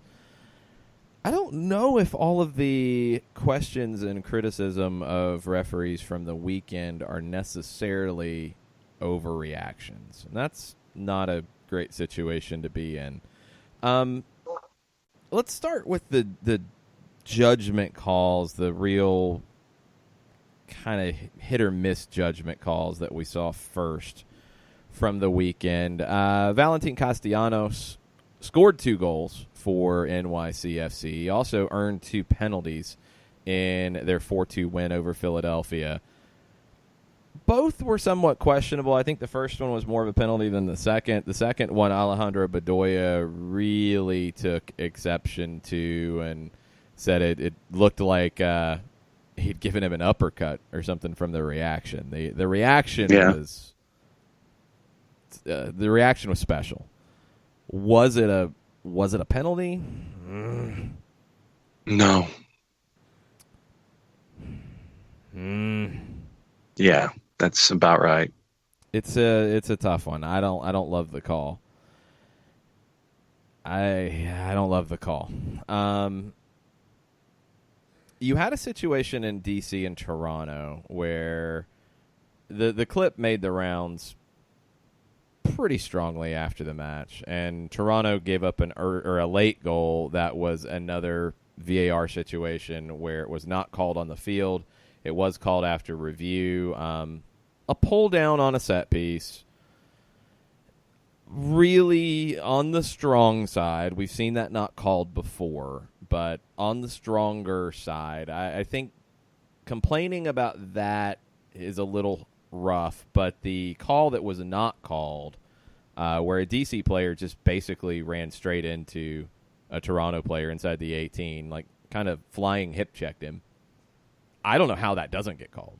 I have no idea how that doesn't get called. It's reckless. There's no attempt to really play the ball. I mean, I have no idea how that's not a penalty. Doesn't make any sense. And if you're going to go and give the penalty on that set piece at the end, and you don't give the other one, that's a tough situation too. Yeah, I'm trying to, because I saw the far away shot of the one that wasn't called. You can be close or far away or right next to it or outside the stadium, and that looks like a penalty. Yeah, it gets absolutely trucked inside the box in the 70, almost the 80th minute. Yeah, I mean, that's just fairly obvious, I would think. Yeah. And why that one wasn't called, and the penalty that was called when Briant was grabbed down. I mean, we've seen that before. Briant was grabbed by the right shoulder, spun down. I get that one, but this one here in the 80th, I don't know how that one's not called, considering that the official is staring right at it. The head referee is staring right at the play. Mm-hmm. I don't know what the justification is for that not being called. I don't. A justification for one being called, and this was with VAR, it was not called on the field, was the first goal in Seattle that was not allowed to stand. Situation with Dillon tearing in for Seattle. Zach McMath comes out to try to win the tackle, does not, gets clipped, gets stepped on at the end of it. At the end of that sequence, ball goes out closer to midfield, and Brian Leyva, the teenager, chips who is left in the goal because McMath stayed on the ground after getting stepped on. Goal comes back after review on VAR, and the description, and I think one thing that people do need to keep in mind with the whole thing about referees writing down a response and the pool reporter and all that. Look, referees are going to speak in the referee language, and they're going to cite the laws of the game. So when they use the word careless in that moment, I think sometimes we get hung up on, like, oh, well, that's not what that word means. It's kind of what it means in the laws of the game. So that's the right thing to cite. I think it's the wrong way to use it because, honestly, in that moment, I don't know what the attacking player is supposed to do. I don't think he went out of his way to make contact with the goalkeeper. I think he went for the shot. It was blocked. And as he's coming down on his shooting foot, Zach McMath has slid underneath him. And people are trying to say that he could do something while he's in the air. No, he took a shot. Like, he's coming down on his shooting foot, as you're supposed to do. I don't know what he's supposed to do outside of levitate. Yeah.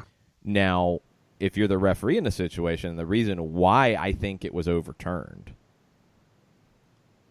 when the ball goes out to midfield and the goalkeeper is down injured, blow the whistle and get the goalkeeper checked out. Right. And if the goalkeeper is not as injured as you thought he was, and ultimately Zach McMath did finish the game, if I'm not mistaken. If the goalkeeper is not injured in that moment, and I know that's always the concern. This always comes up whenever we talk about these types of moments. It's like, well, you can't do that because then goalkeepers are going to stay down anytime like that to try to get the play stopped. Then card him. Card him for acting.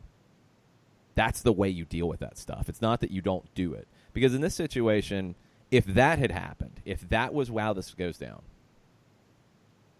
McMath comes out, gets stepped on, ball ricochets out to midfield, whistle blown because McMath is down holding his ankle.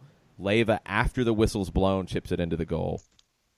That's a very different feeling than Leyva scores the goal, there was no whistle, then they go look at it in VAR, and then a foul is called on the attacking player for coming down on the goalkeeper. That doesn't feel like the way to deal with it. I'm okay that you make the whistle to protect the referee or to protect the goalkeeper. I'm okay with that. I'm okay with blowing the whistle there, even if it's a little quick, to make sure the goalkeeper's okay. You don't want to see goalkeepers injured. You don't want to see goals scored because goalkeepers are down. I'm good with that. I'm not good with this, going back to take a goal away that you didn't call a foul on the field, but then go and it feels like you're looking for one. That doesn't feel right. And that's a conversation that I think we end up having a lot when it comes to VAR. I think the replay in this situation takes out all of the context of the way the play actually happened. I don't know what the attacker is supposed to do. I don't know how the attacker is supposed to be able to avoid the goalkeeper who is coming straight out at them to play the ball. Goalkeeper's not doing anything wrong either. But the attacker has to be able to come down. Like, they can't levitate, and they can't... You have to finish your move. Yes. And that's not in the laws of the game from a soccer perspective.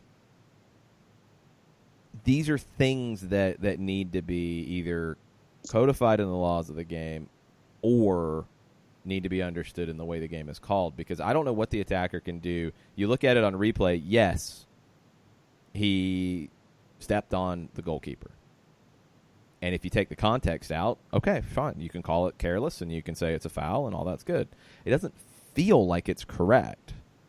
And there is that element, and I think there's that element maybe more so in soccer than any other sport, that feel is a big part of the way referees handle games. This one didn't feel right. And honestly, to me, it felt like a way out of a bad situation with a goal scored because a goalkeeper is down after a collision. The way you correct that is you blow the whistle when the referee's down, or when the goalkeeper's down. You blow the whistle then. You stop the play dead. That's what should have happened in my mind. And I think you found a way to justify taking the goal away because you didn't blow the whistle in real time. And that's not a situation I like at all. It ended up not mattering in terms of the result. Seattle gets a goal, so it's going to get lost in the shuffle. But that's one that I don't like, that use of VAR at all. And for the record, Zach McMath did finish the match. Sean Melvin was the second keeper, but he did not play. Exactly. I mean, he got stepped on. He's fine. There's a protection of goalkeepers, and there should be.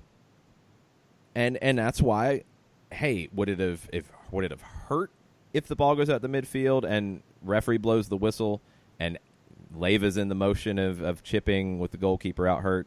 Yeah, it would have kind of stunk. But it would have been a lot better than this, going back to take the goal away for what I think is an incorrect judgment. I don't think it's careless by the attacking player. I don't know where else they can land. I don't know what else they can do. And no, I'm with you in this. I think that when you look at context, and you have to let things play through in your mind, what is the attacking player supposed to do? I mean, for me, you can't just hop over. You can't just turn 90 degrees. You have to finish your move. And I think that this one wasn't properly looked at in trying to look at the context of how you're supposed to finish something. So Josie Altidore said that MLS refs were Did he say the worst in the world or among the worst in the world? Efforting. So I was bouncing around with a couple of things. I was looking at the McMath play. It's all good. There should be a fine there. I think you're probably going to have a fine there. Little surprised there wasn't something said about LGP's comments because he's some of the worst in the world. Okay. I'm a little surprised that there wasn't anything about LGP because he specifically talked about a specific referee that usually doesn't go over very well. So Josie, Leandro, and then Bedoya tweeted, absolute joke of a penalty call that changed the complexion of the match. You'd think I had hit him with an uppercut, talking about Castellanos. Hashtag Broadway is down the road.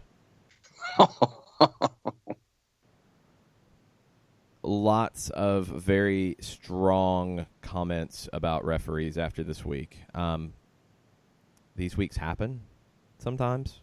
You know, you had a bunch of weird stuff that all came into one.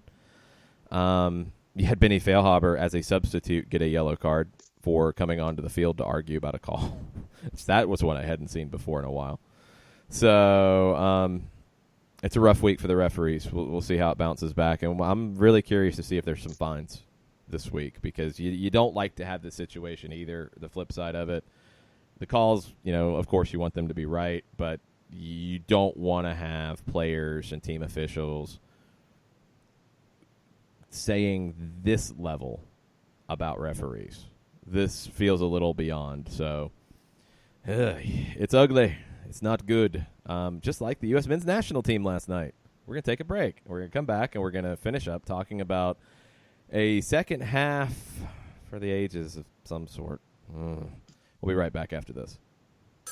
A ranger station. I'd like to report a bear hug. Okay. I put out my campfire and Smokey Bear hugged me. So you drowned the fire, you stirred it, drowned it again, and felt that it was cold? Uh-huh. Yep, he's just letting you know you did good. Bear hug from Smokey Bear. Status update. I'm gonna let you go now. There are many ways to start a fire, but one sure way to put it out. Learn how you can do your part at SmokeyBear.com. Sponsored by the U.S. Forest Service, Ad Council, and your state forester. As a business owner, you know that every year brings new challenges and opportunities. The success of your business demands expertise and focus. And Country Financial can help you keep that focus by helping ensure you have the right insurance protection in place to meet your goals. Jason Wright can help you create a customized insurance plan that has coverages designed just for your business. Give Jason a call at 678-568-6871 or reach him on Facebook at Jason Wright Agency. Coverages vary by state. Policies issued by Country Mutual Insurance Company, Bloomington, Illinois. This is what matters. This is beyond X's and O's. This is the difference mutual respect makes. This is what character looks like. This is what defines us in Georgia. This is sportsmanship. School sports. It's not the outcome that matters most, but the way the games are played. This message presented by the Georgia High School Association and the Georgia Athletic Directors Association.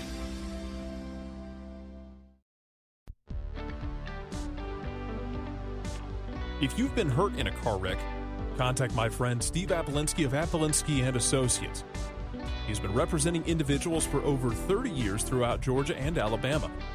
Email him at steve@aa-legal.com or call him 24/7 at 404-377-9191. The initial consultation is free.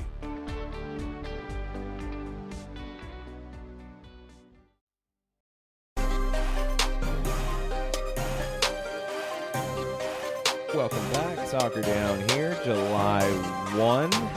Gotten through most of the show without yelling and throwing things about the U.S. men's national team. I think some people have been yelling and throwing things on Twitter, though. That they have. Sean W. at Biscuits Dad 30. Berhalter, quote, "We got the result, and that's all that matters," end quote. No, the team looked poor. And Caleb Cook, knowing full well that Tyler Adams isn't on the roster because of injury, says that the team is in desperate need of a healthy Josie and a sergeant that earns Greg Berhalter's trust. We need a legitimate left back. And then a question.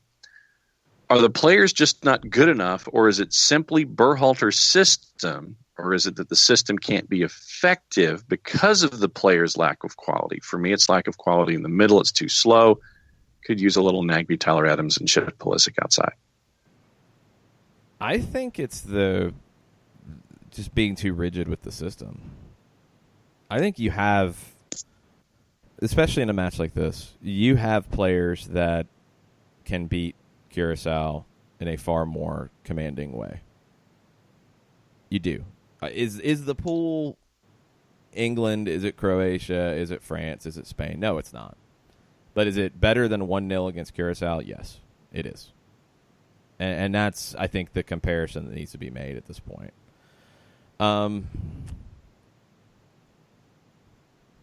Tim Ream's playing left back because of the idea of all caps the system. I don't think Tim Ream would be your left back in a normal left back situation. The thing I keep coming back to, and I don't like to go comparison club to national team because they are different jobs.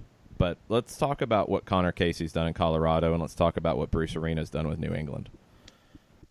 The overriding element of what they've done is they've simplified the game. They've come in and they've made it very comfortable for players. They have allowed players to play to their strengths, and they've made it very simple for players. A national team has to do those things because you don't get a chance to work with guys like a club team. Now, in a tournament format, it is a little different. You do get more time. You can work on things, but the whole experiment of playing a right back who tucks in to play as a central midfielder, look, no national team in the world is doing stuff to that degree. Why are we trying to do that? And no, that's not something Greg Berhalter did really in Columbus. That was not a hallmark of his Columbus Crew teams. So it's a new thing that he is wanting to do with this group. It feels like he's trying too hard. And when you're trying too hard and you're doing these things, you get a result like this one against Curacao. Now, what Greg Berhalter said after the match about the results all that matters, he is 100% true. It's a knockout game. You got to win. Period. However, shots 15-10. Shots on target 5-3. Possession 53% to 47. Passing accuracy 87% to 85.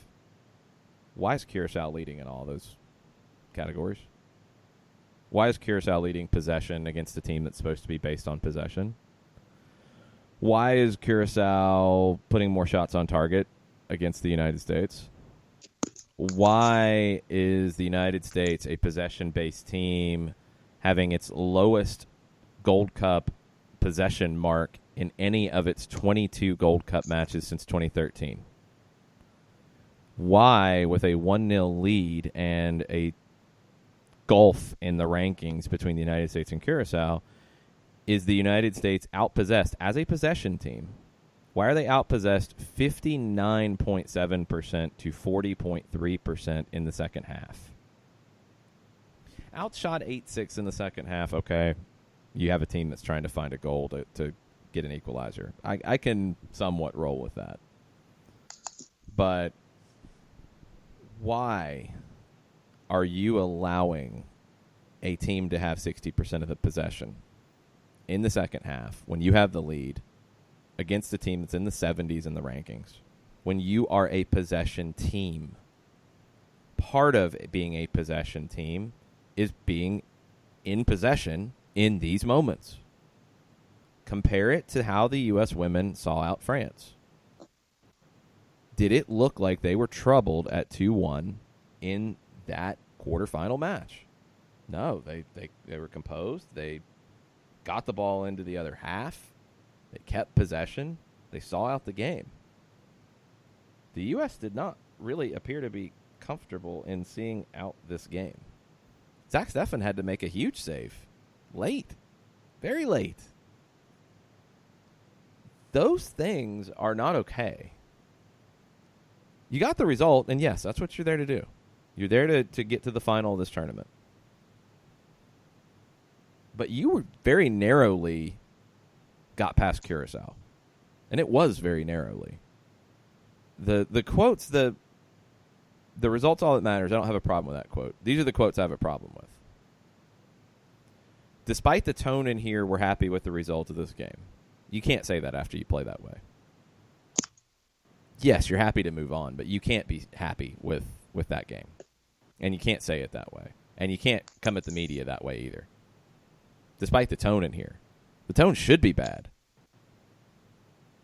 And then he said, before that, he said, you guys wanted us to go out there and beat them 5-0, but we knew it was going to be a difficult game. No. If it's 5-0, it's 5-0. If it's 1-0, it's 1-0. But you should not be lacking in control of a match against Curacao. And I do think that American soccer media and American soccer fans can have that understanding that not all 1-0 games and not all 5-0 games are created equal. You were not in control of a match in a Gold Cup quarterfinal against Curacao. Period. You didn't control that match outside of maybe the first 20 minutes? Maybe 25 if you want to go up to the goal for McKinney. It's a great goal. Great ball in from Christian Pulisic.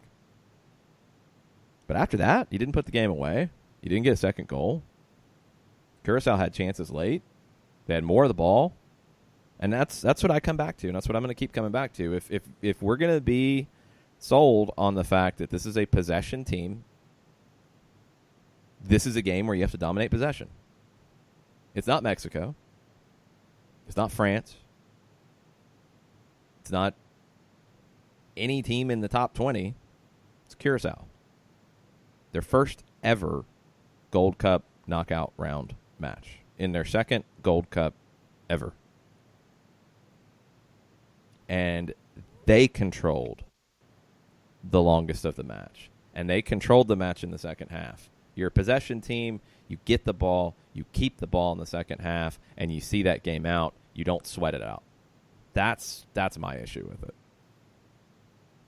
Really poor from the United States. Really poor. And to trot out the stuff about the result's all that matters, and despite the tone in here, we're happy with the result. Look, now's not the time. You just say that it was a more difficult game than people expected. Curacao really stepped up and gave you everything that you thought they would, and even more, and credit to them for putting on a great performance. And we know we have to be better in seeing these games out, and we know we have to be more comfortable in seeing these games out. I wanted my team to rely more on what we work on in possession and see this game out. I wanted them to stay in control of the match. You say those things. You don't start throwing things at the media for having a bad tone in the room after winning 1-0 over Curacao. And it's not about the scoreline, it's the way you did it. That's concerning to me. That's very concerning to me that you get that defensive over a result like this. You just put your hands up and say, hey, we're still learning how to play this way. We're still learning. We got away from who we want to be. That's not what we want to do in these games. We want to control these games. That's an easy thing to come out and say. I don't know why you say things the way you did after this match. I'm really surprised from Berhalter that it sounds like he's feeling the pressure in these moments. I mean, he's got a pretty good contract. He's not going to get fired after this tournament. I don't know where the defensiveness is coming in from after this. Just say it's not the way we want to play and not the way we want to see games out. That's all. You don't have to throw your players under the bus, but you can't try to sell a bill of goods that this is a great win. It's not. You advance. It's not a great win. And it's a very concerning way to see the game out. And that's the problem I have with it. You should be able to dominate that game down the stretch, and you didn't. That's scary. We've got a lot of folks on the Twitters for a bunch of different topics. All the topics. Right. Okay, well, yes, and we also have some, I would say thunder and lightning or air horny stuff, but I don't know what you have on file. I don't have an air horn, but I have thunder. Okay, so let's do thunder. Okay. And then we'll have another thunder after this. Well, I already did it. It's a simple No, but what click. I'm saying is, We have two separate thundery items. Is what Well, I'm I just saying. hit thunder. So what's the first item? Felipe Cardenas reporting from the Children's Healthcare of Atlanta training ground this morning. Frank DeBoer spoke to the media. Atlanta United will not rush Ezequiel Barco back from injury. DeBoer and Andrew Carlton had a moment of truth chat. Carlton trained with the first team today, but it's clear that the 19-year-old opportunities are thinning, and all from Felipe FDB all but confirmed that Brandon Vasquez jumped Romario Williams on the depth chart that led to Romario's trade to Columbus. The trade to Columbus, has that been announced yet? That's what, July 9th? Has it been announced that it's definitely Columbus? Not that I'm aware of.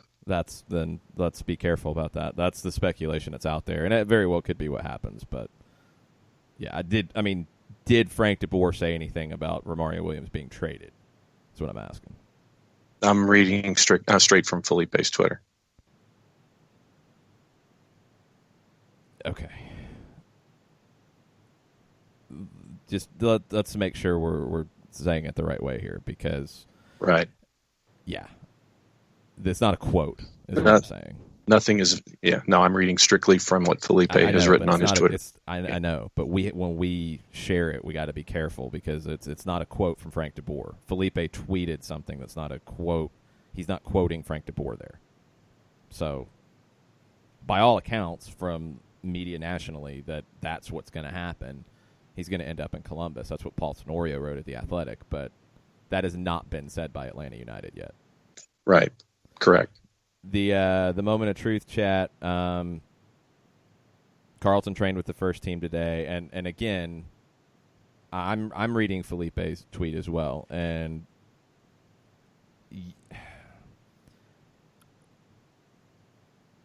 it's not clear, and I don't think from reading the tweet Frank DeBoer said that it's clear the 19-year-old's opportunities are thinning. He trained with the first team today. They had a moment of truth chat. Hey, with all these games, Andrew Carlton's got an opportunity. You'd like to have him. You would have liked to have had him in Toronto. I think if the incident in Toronto with the passport hadn't happened, you could have seen him in the team or on the field against Montreal, and you could have definitely seen him on the field against Chicago, and maybe you still will.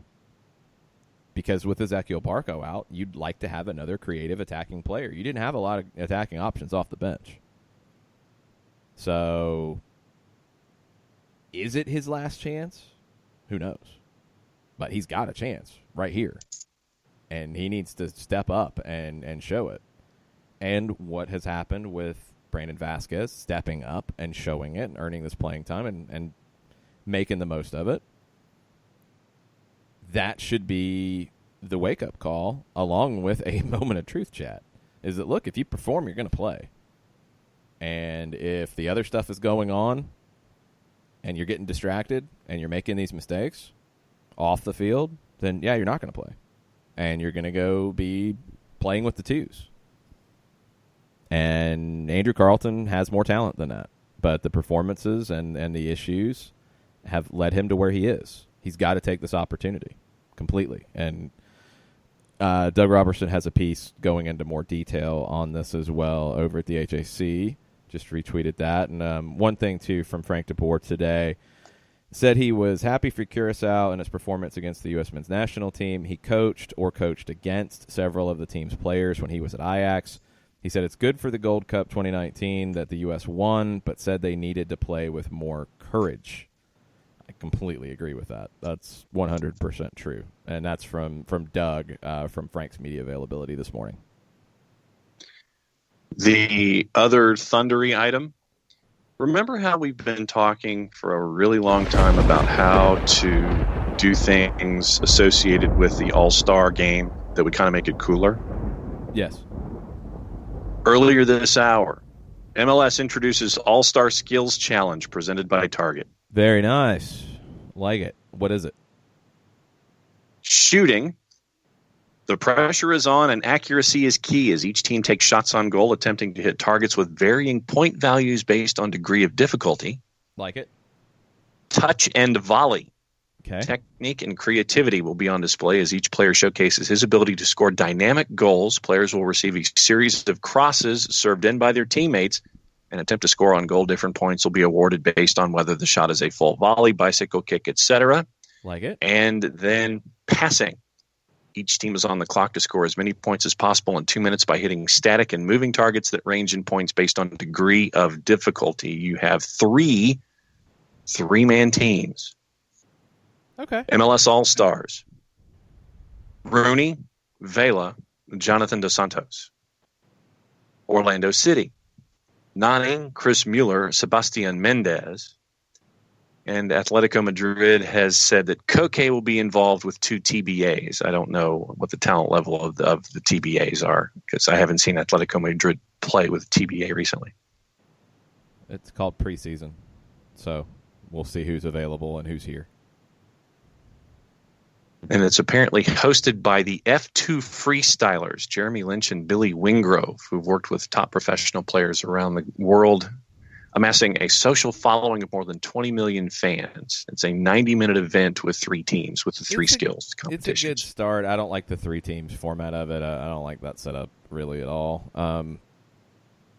They could do it a little bit better, but it's a good start. It's a good way to incorporate Atletico Madrid and have some fun with it and have the host team involved as well with their team. Hey, it's a good start. I would look at doing it like the NBA does in this situation with their skills challenge and do a MLS All-Star, an MLS Legend, and an NWSL player or U.S. Women's National Team player. It's a little tough because of the overlap in seasons, and that's why maybe you should just include an NWSL All-Star game as part of the MLS All-Star game festivities and do that as well. Just saying. Maybe that's a way around it. Oh, I like that. Back to the match. AA 5 Stripe says Pogba's left foot on a few of his passes with 4 exclamation points. On a few, yeah. And he's good for a few of those per match. He was better at left back than I expected. Montreal really didn't test him a whole lot either. I would worry about him at left back against a pacey winger. I don't think Flo is fast on that side, but in the right situations. And if you, again, it comes back to control in matches. If you have control of the match and you have control of possession, well, you're not going to get exposed for speed very much. That's why Parkhurst playing as an outside back has been able to work. I think Flo, the biggest thing for him is just the positioning when he plays on the outside. Just little things like that one that Chouanier should have done better with. That was one where Pogba got caught a little bit. But he wasn't tested very much here. It was a really good game for him to get the start and to give Parkhurst the day off, give Breck Shea most of the day off. It worked out pretty well. And that's another player in rotation that you can use more. And I think DeBoer said it multiple times now. Pogba is winning time and winning, I think, the respect of the squad and the coaching staff because of his attitude. It's been great. Ricky Ricardo, who had the better golazo, Miram or Barco? I'd vote Miram because of distance from goal, but can't go wrong either way. I'd go Miram just because it's a little bit longer and a little bit more towards the wing. So I'd go just slightly Miram. John Nason, Breck should be celebrating a goal, not an assist. If Justin hadn't saved his blushes, I shudder thinking of the possible fallout. # sitter, # goal turned assist. I don't think it's a sitter. I don't think he was able to turn that in on goal. I think it was covered. So he did the right thing. I don't think it was a mishit. I think it was intentional. I think he played it back across. So yeah, I'm not blaming Breck on that one. Daniel Price in his prize picks. Germany failed, so did Rose Lavelle. Betting against Zlatan won't work for too much longer, he feels. Although if he stays at 9, he'll keep the unders. But Zlatan, Zlatan's starting to run his mouth a lot now. And you're getting all of the usual chippiness. I mean, when Zlatan comes out and says, like, I've won more trophies than everybody in MLS combined.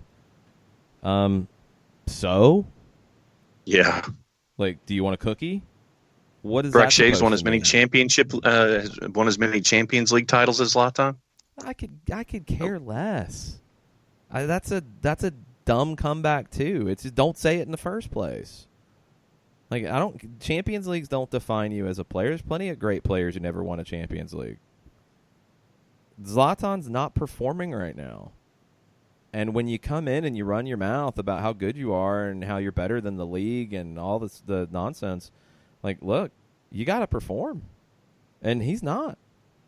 That's the number one thing here is he's not performing at the moment.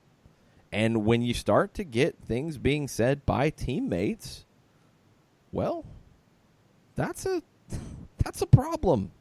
Yes. That's a big, big problem. And you look at the Galaxy over the month of May and beyond. They've won 3. They've lost 6. That's not good enough. That's just 100% not good enough. And Zlatan's part of the reason why that's not good enough.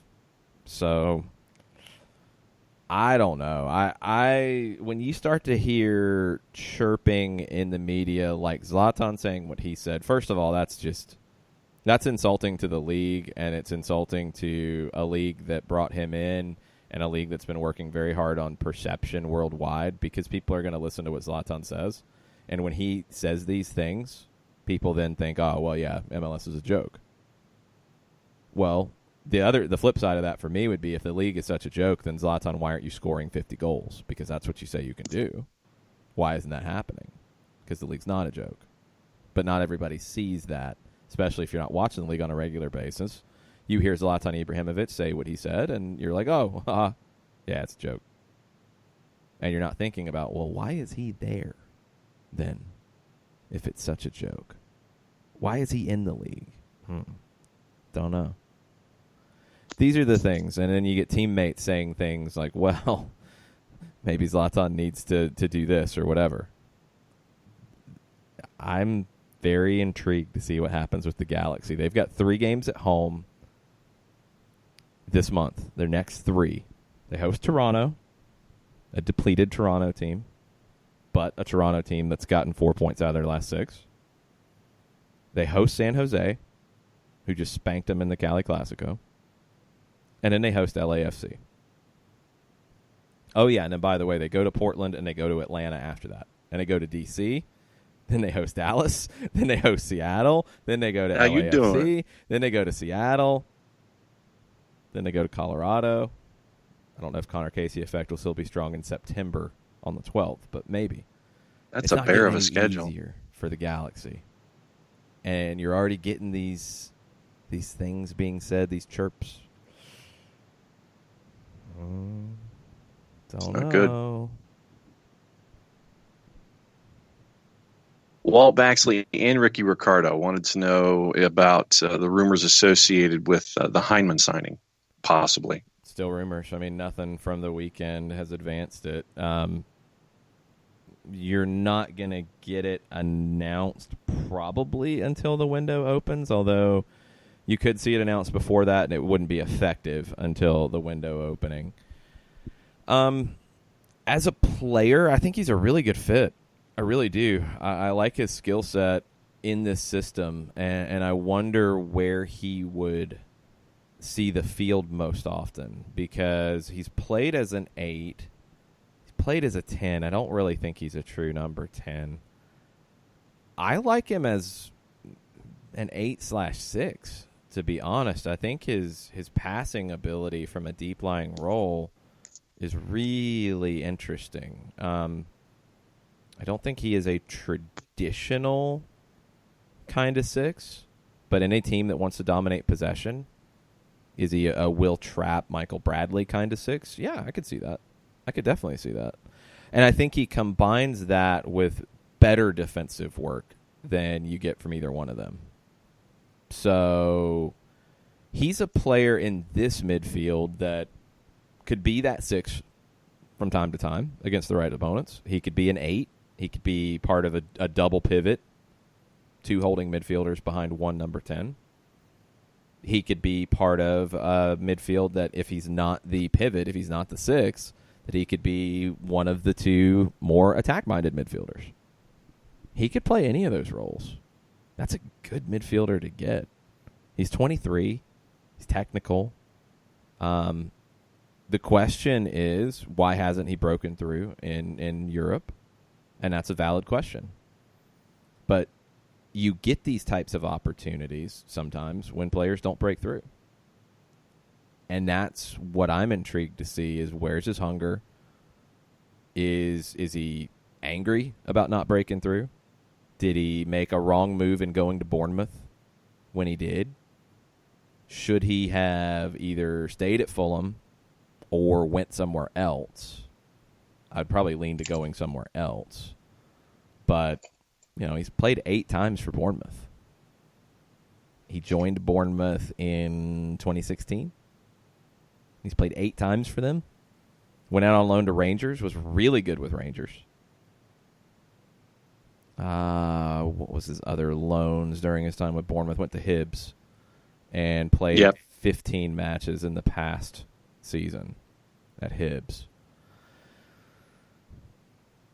I'm intrigued because I think the move to Bournemouth was the wrong one, and it's cost him some time. So can he make that up? Does he come here, and is he a player that can make that time up? I think he has the ability to, and I think he's a fit. So how he comes into this team, we'll have to wait and see if that's what happens. But, yeah, I think he's definitely a fit, and I think he definitely could help this team. Yeah, toward the tail end of the regular season in the Premier League, Eddie Howe, in discussing him, he said, been consistently performing to a really high level technically in training, very level-headed, very quiet, goes about his business in a really good way, trains well every day. I've got a lot of time for him as a footballer. Obviously, he said big competition in there this season, and he always has since he's been here from 2016. The question would be, is he coming on loan? Is he coming on a permanent? Is it a loan with an option? What's the situation if that's the case, if that's what happens? But if you look at taking your central midfield depth, and without Kevin Kratz, you've needed some. But even if Kevin Kratz was the option, if you look at basically replacing Kevin Kratz from a midfield depth perspective with Emerson Hyndman, I think that's an upgrade. Stephen Goff, very, very early this morning, came out with the top 10 rated U.S. TV markets for Fox Sports for coverage of the Women's World Cup through the quarters. And this was brought up by both Katie Weaver and Daniel Price. Austin, Casey, San Diego, Tulsa, D.C., Richmond, the Bay Area, Seattle, West Palm, and Atlanta. Daniel Price mentioned a lot of markets that might want an MLS team in those. And Katie wanted to know if this was the first time that Atlanta had been in a top 10 for a competition like this. I don't know historically, but they've been in the top 10 or higher for most of this tournament. So not too surprised it's number 10. I think for the U.S. women's games, they've been even higher. So it's something to keep an eye on when it comes to potentially NWSL. I think this has been higher than where Atlanta usually is on the men's national team games. I don't remember seeing Atlanta. I haven't seen Gold Cup numbers, so I don't know where they rank in that. But yeah. I don't remember seeing Atlanta in that conversation as often as I have for this Women's World Cup. When Katie heard the phone ring here in Office HD, she said it was Rusty and told me not to answer. Yeah, exactly. God, I hate that guy. Yeah. And Daniel also says he doesn't like to get electrocuted either and doesn't like singeing his hair on a grill. You don't want to do that either. Overreaction money from Jason Heinley. Atlanta United starting the run to their second championship. I hope so. You look at the numbers in the Eastern Conference, and this is what jumped out to me about how competitive it is. Points per game. NYC right now, who is in 6th overall, is 1.73 points per game, leading the East. Atlanta, 4th right now, is 2nd in points per game, 1.71. Philadelphia, who's leading the East at the moment, is 3rd in points per game, 1.68. DC, 1.63. Red Bulls, 1.59. And Montreal, 1.5. That's 1 through 6 decided on points per game. .223 points per game. That's pretty competitive.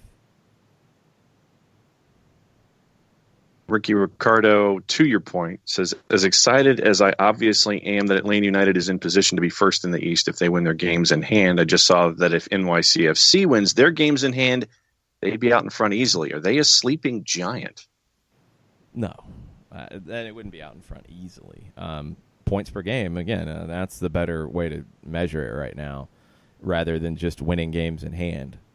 NYC's slightly ahead of Atlanta. They have a slightly better pace than Atlanta. They've had a lot of draws. They've only lost one time. They've had a lot of draws. You've got to flip those into wins. I think they are a much improved team than where they were at the beginning of the season. Abear, Mitricha, two very, very good players. And the question was how NYC would replace David Villa. They didn't go out and get a mega, mega superstar. They went out and got some very good players. And they spent some money on them, too. And they're performing. So NYC will be a team that I think is only going to gather steam as the year goes on. And, look, we know how difficult playing at Yankee Stadium can be. And they have not lost at home this season. So they always have that in their back pocket as well. They're getting better. I don't think they're a sleeping giant, though. I mean, if we're going to go there, I think your sleeping giants are Atlanta, NYC, and the Red Bulls, who are 4, 5, and 6 in the Eastern Conference right now. Then last tweet on the board comes from Michael Cinco. All things being equal, left back until Bello, : Parky, Shea, or Pogba. I love Parky, but I think if Pogba can continue his level of performance, the torch should be passed. I think it's Shea. If I had to go with one as a whole and not for opponent by opponent, I would probably go Brek Shea. I think he's the most well-rounded that you get there without Bello in the equation. There's games where it's going to be Parkhurst. There's games where it's going to be Pogba. I think probably fewer games where it's Pogba. I don't think Parkhurst has played bad at left back, so I don't know why there's a lot of comparison that, oh, yeah, Parkhurst has got to go after one game for Florentine Pogba against a team that had 5 shots and looked to be allergic to half of the field. So don't jump to conclusions too fast. I think all three will have roles to play while you're waiting on Bello, and it's good to have all three. It's good to rotate, especially right now when you can go game by game and go with one of the three and not have to wear one out. You're in great shape because Pogba and Parkhurst can both give you minutes at center back as well, and Shea can give you minutes on the left wing as well. So you're in a really good spot right now in that regard. I don't think it has to be any of the three only. No, sorry, I missed one. From Ricky Ricardo also. How would you assess the state of Atlanta United's homegrown players, and who do you feel is ready to be the next one? The next one's a tough one because you're not just looking at the best player. You're looking at who you want to sign now for reasons. Like, are they getting interest overseas and you want to go ahead and lock them up to a deal? Are they not going to benefit from going to play in college, and would you rather have them on a pro deal? Could you potentially sign them to a USL deal instead? It's not a simple, easy one, but out of the academy players who are not on pro deals, who I think are the closest, Uswnt, I think he's one that really fits the style of play. Still got things to learn, still got to improve, but he's one that from a style and an ability standpoint and what he's done with USL, yeah, I'd say Vince there. I'd say George Campbell and Kendall Edwards are right there. Both are committed to go play in college, and I don't think it's going to hurt either one to go play in college this fall and maybe sign a homegrown deal after that. Maybe spend a couple years in college. We'll have to see. I think Campbell has maybe a little bit higher ceiling. He's a little bit newer to playing center back. He was a midfielder for most of his youth career. I think he's still got things to learn, but man, George Campbell when he's on is up there for me. I think the ceiling is very, very high for him. Others, I think the others you're probably going a little bit longer term conversation. I really want to see what happens with Takuma Suzuki when he goes to Wake Forest. He's not ready yet, but he's another central midfielder that is a really good passer. Scrappy as a 6. You like those kinds of players. I think he can be a professional player for sure. Right now, no, I don't think so. Not quite yet. I think going to Wake Forest is a good thing for him. I'm intrigued by Nathaniel McDonald. He's been a little bit of a late bloomer. We haven't seen him with the twos this year. We did just a little bit last year. I really love his pace out on the right, and I wonder if he can improve his defending to be a right back and be a contender there. So those are the ones that come to mind. Justin Garces as a goalkeeper is in that mix as well. It's been his freshman year at UCLA. You don't have to rush into that signing at all. It's probably good for Garces to go ahead and play in college as long as he wants to play in college. And when he's ready to turn pro, sign him. You know, you've got Alec Kane, you've got Brad Kazan, you've got Brendan Moore. You're not in a rush there. And goalkeepers, you've got a lot of time. So I would go ahead and let him stay in college as long as he wants to, and then bring him in. And you brought him in, like, you know, over the winter break. He was part of that group that went to Germany. It's where I wish you really had a USL League 2 team and could bring some of these guys back to play under the Atlanta United banner in that situation to keep, you know, like him, Machop Scholl, who's at Wake Forest. A lot of these guys are about to go to college. You'd love to be able to bring them back over the summer, have them train, and also assess where they are and if they're ready for these types of deals. The first group, I mean, you've got the 5 guys who have signed homegrown deals so far, and I'm not including guys like Castro and Conway who signed USL deals. It's Carlton, who I think we've talked about plenty. I don't know if I'd say this is his last chance, but he's got to deliver, and as much as any reason why is the stuff off the field. He's got to deliver. Chris Goslin has had just the worst luck with injuries.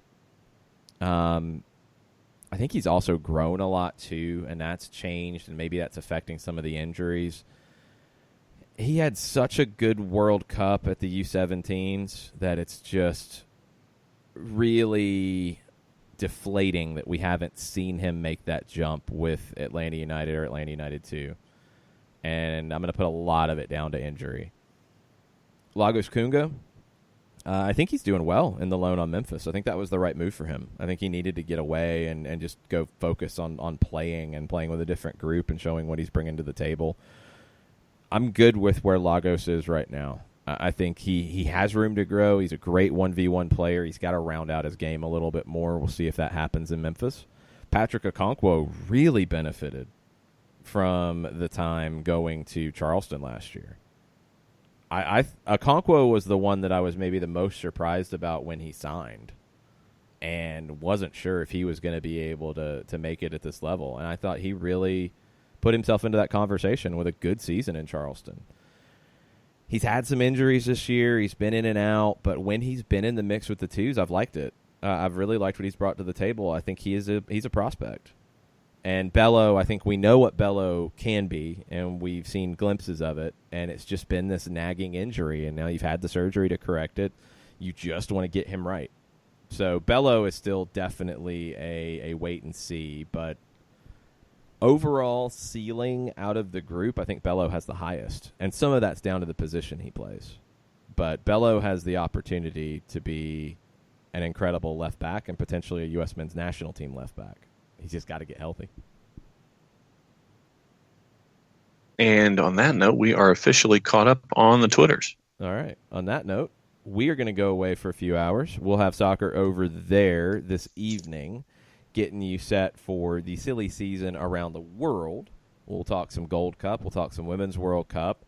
We'll start the conversation about the U.S. and England. We'll also look at the other semifinal that the Dutch being there is not really a surprise. Sweden being there is a huge surprise, and we'll get into some of that. We'll talk the Italian national team because Nick is probably still in mourning when it comes to the Italian women, who had a great, great tournament. They just ran up against a better team in the Netherlands, a team that should be in the final now, a team that could have been in the final if they'd faced Germany, but a team that should be in the final now. Now they have some real pressure, and we'll see how they handle it. We'll talk about all that and more tonight on Soccer Over There, roughly around 6:30. Be ready for the notification on the Twitters at Soccer Down Here. And we'll be back tomorrow morning for a real in-depth preview of U.S. and England, getting ready for that match tomorrow afternoon. Thanks, everybody, for listening. Thanks, everybody, for chiming in on an Overreaction Monday. We'll be back later with soccer over there. Mucha plata, y'all. Mucha Bobby Bonilla Day, y'all.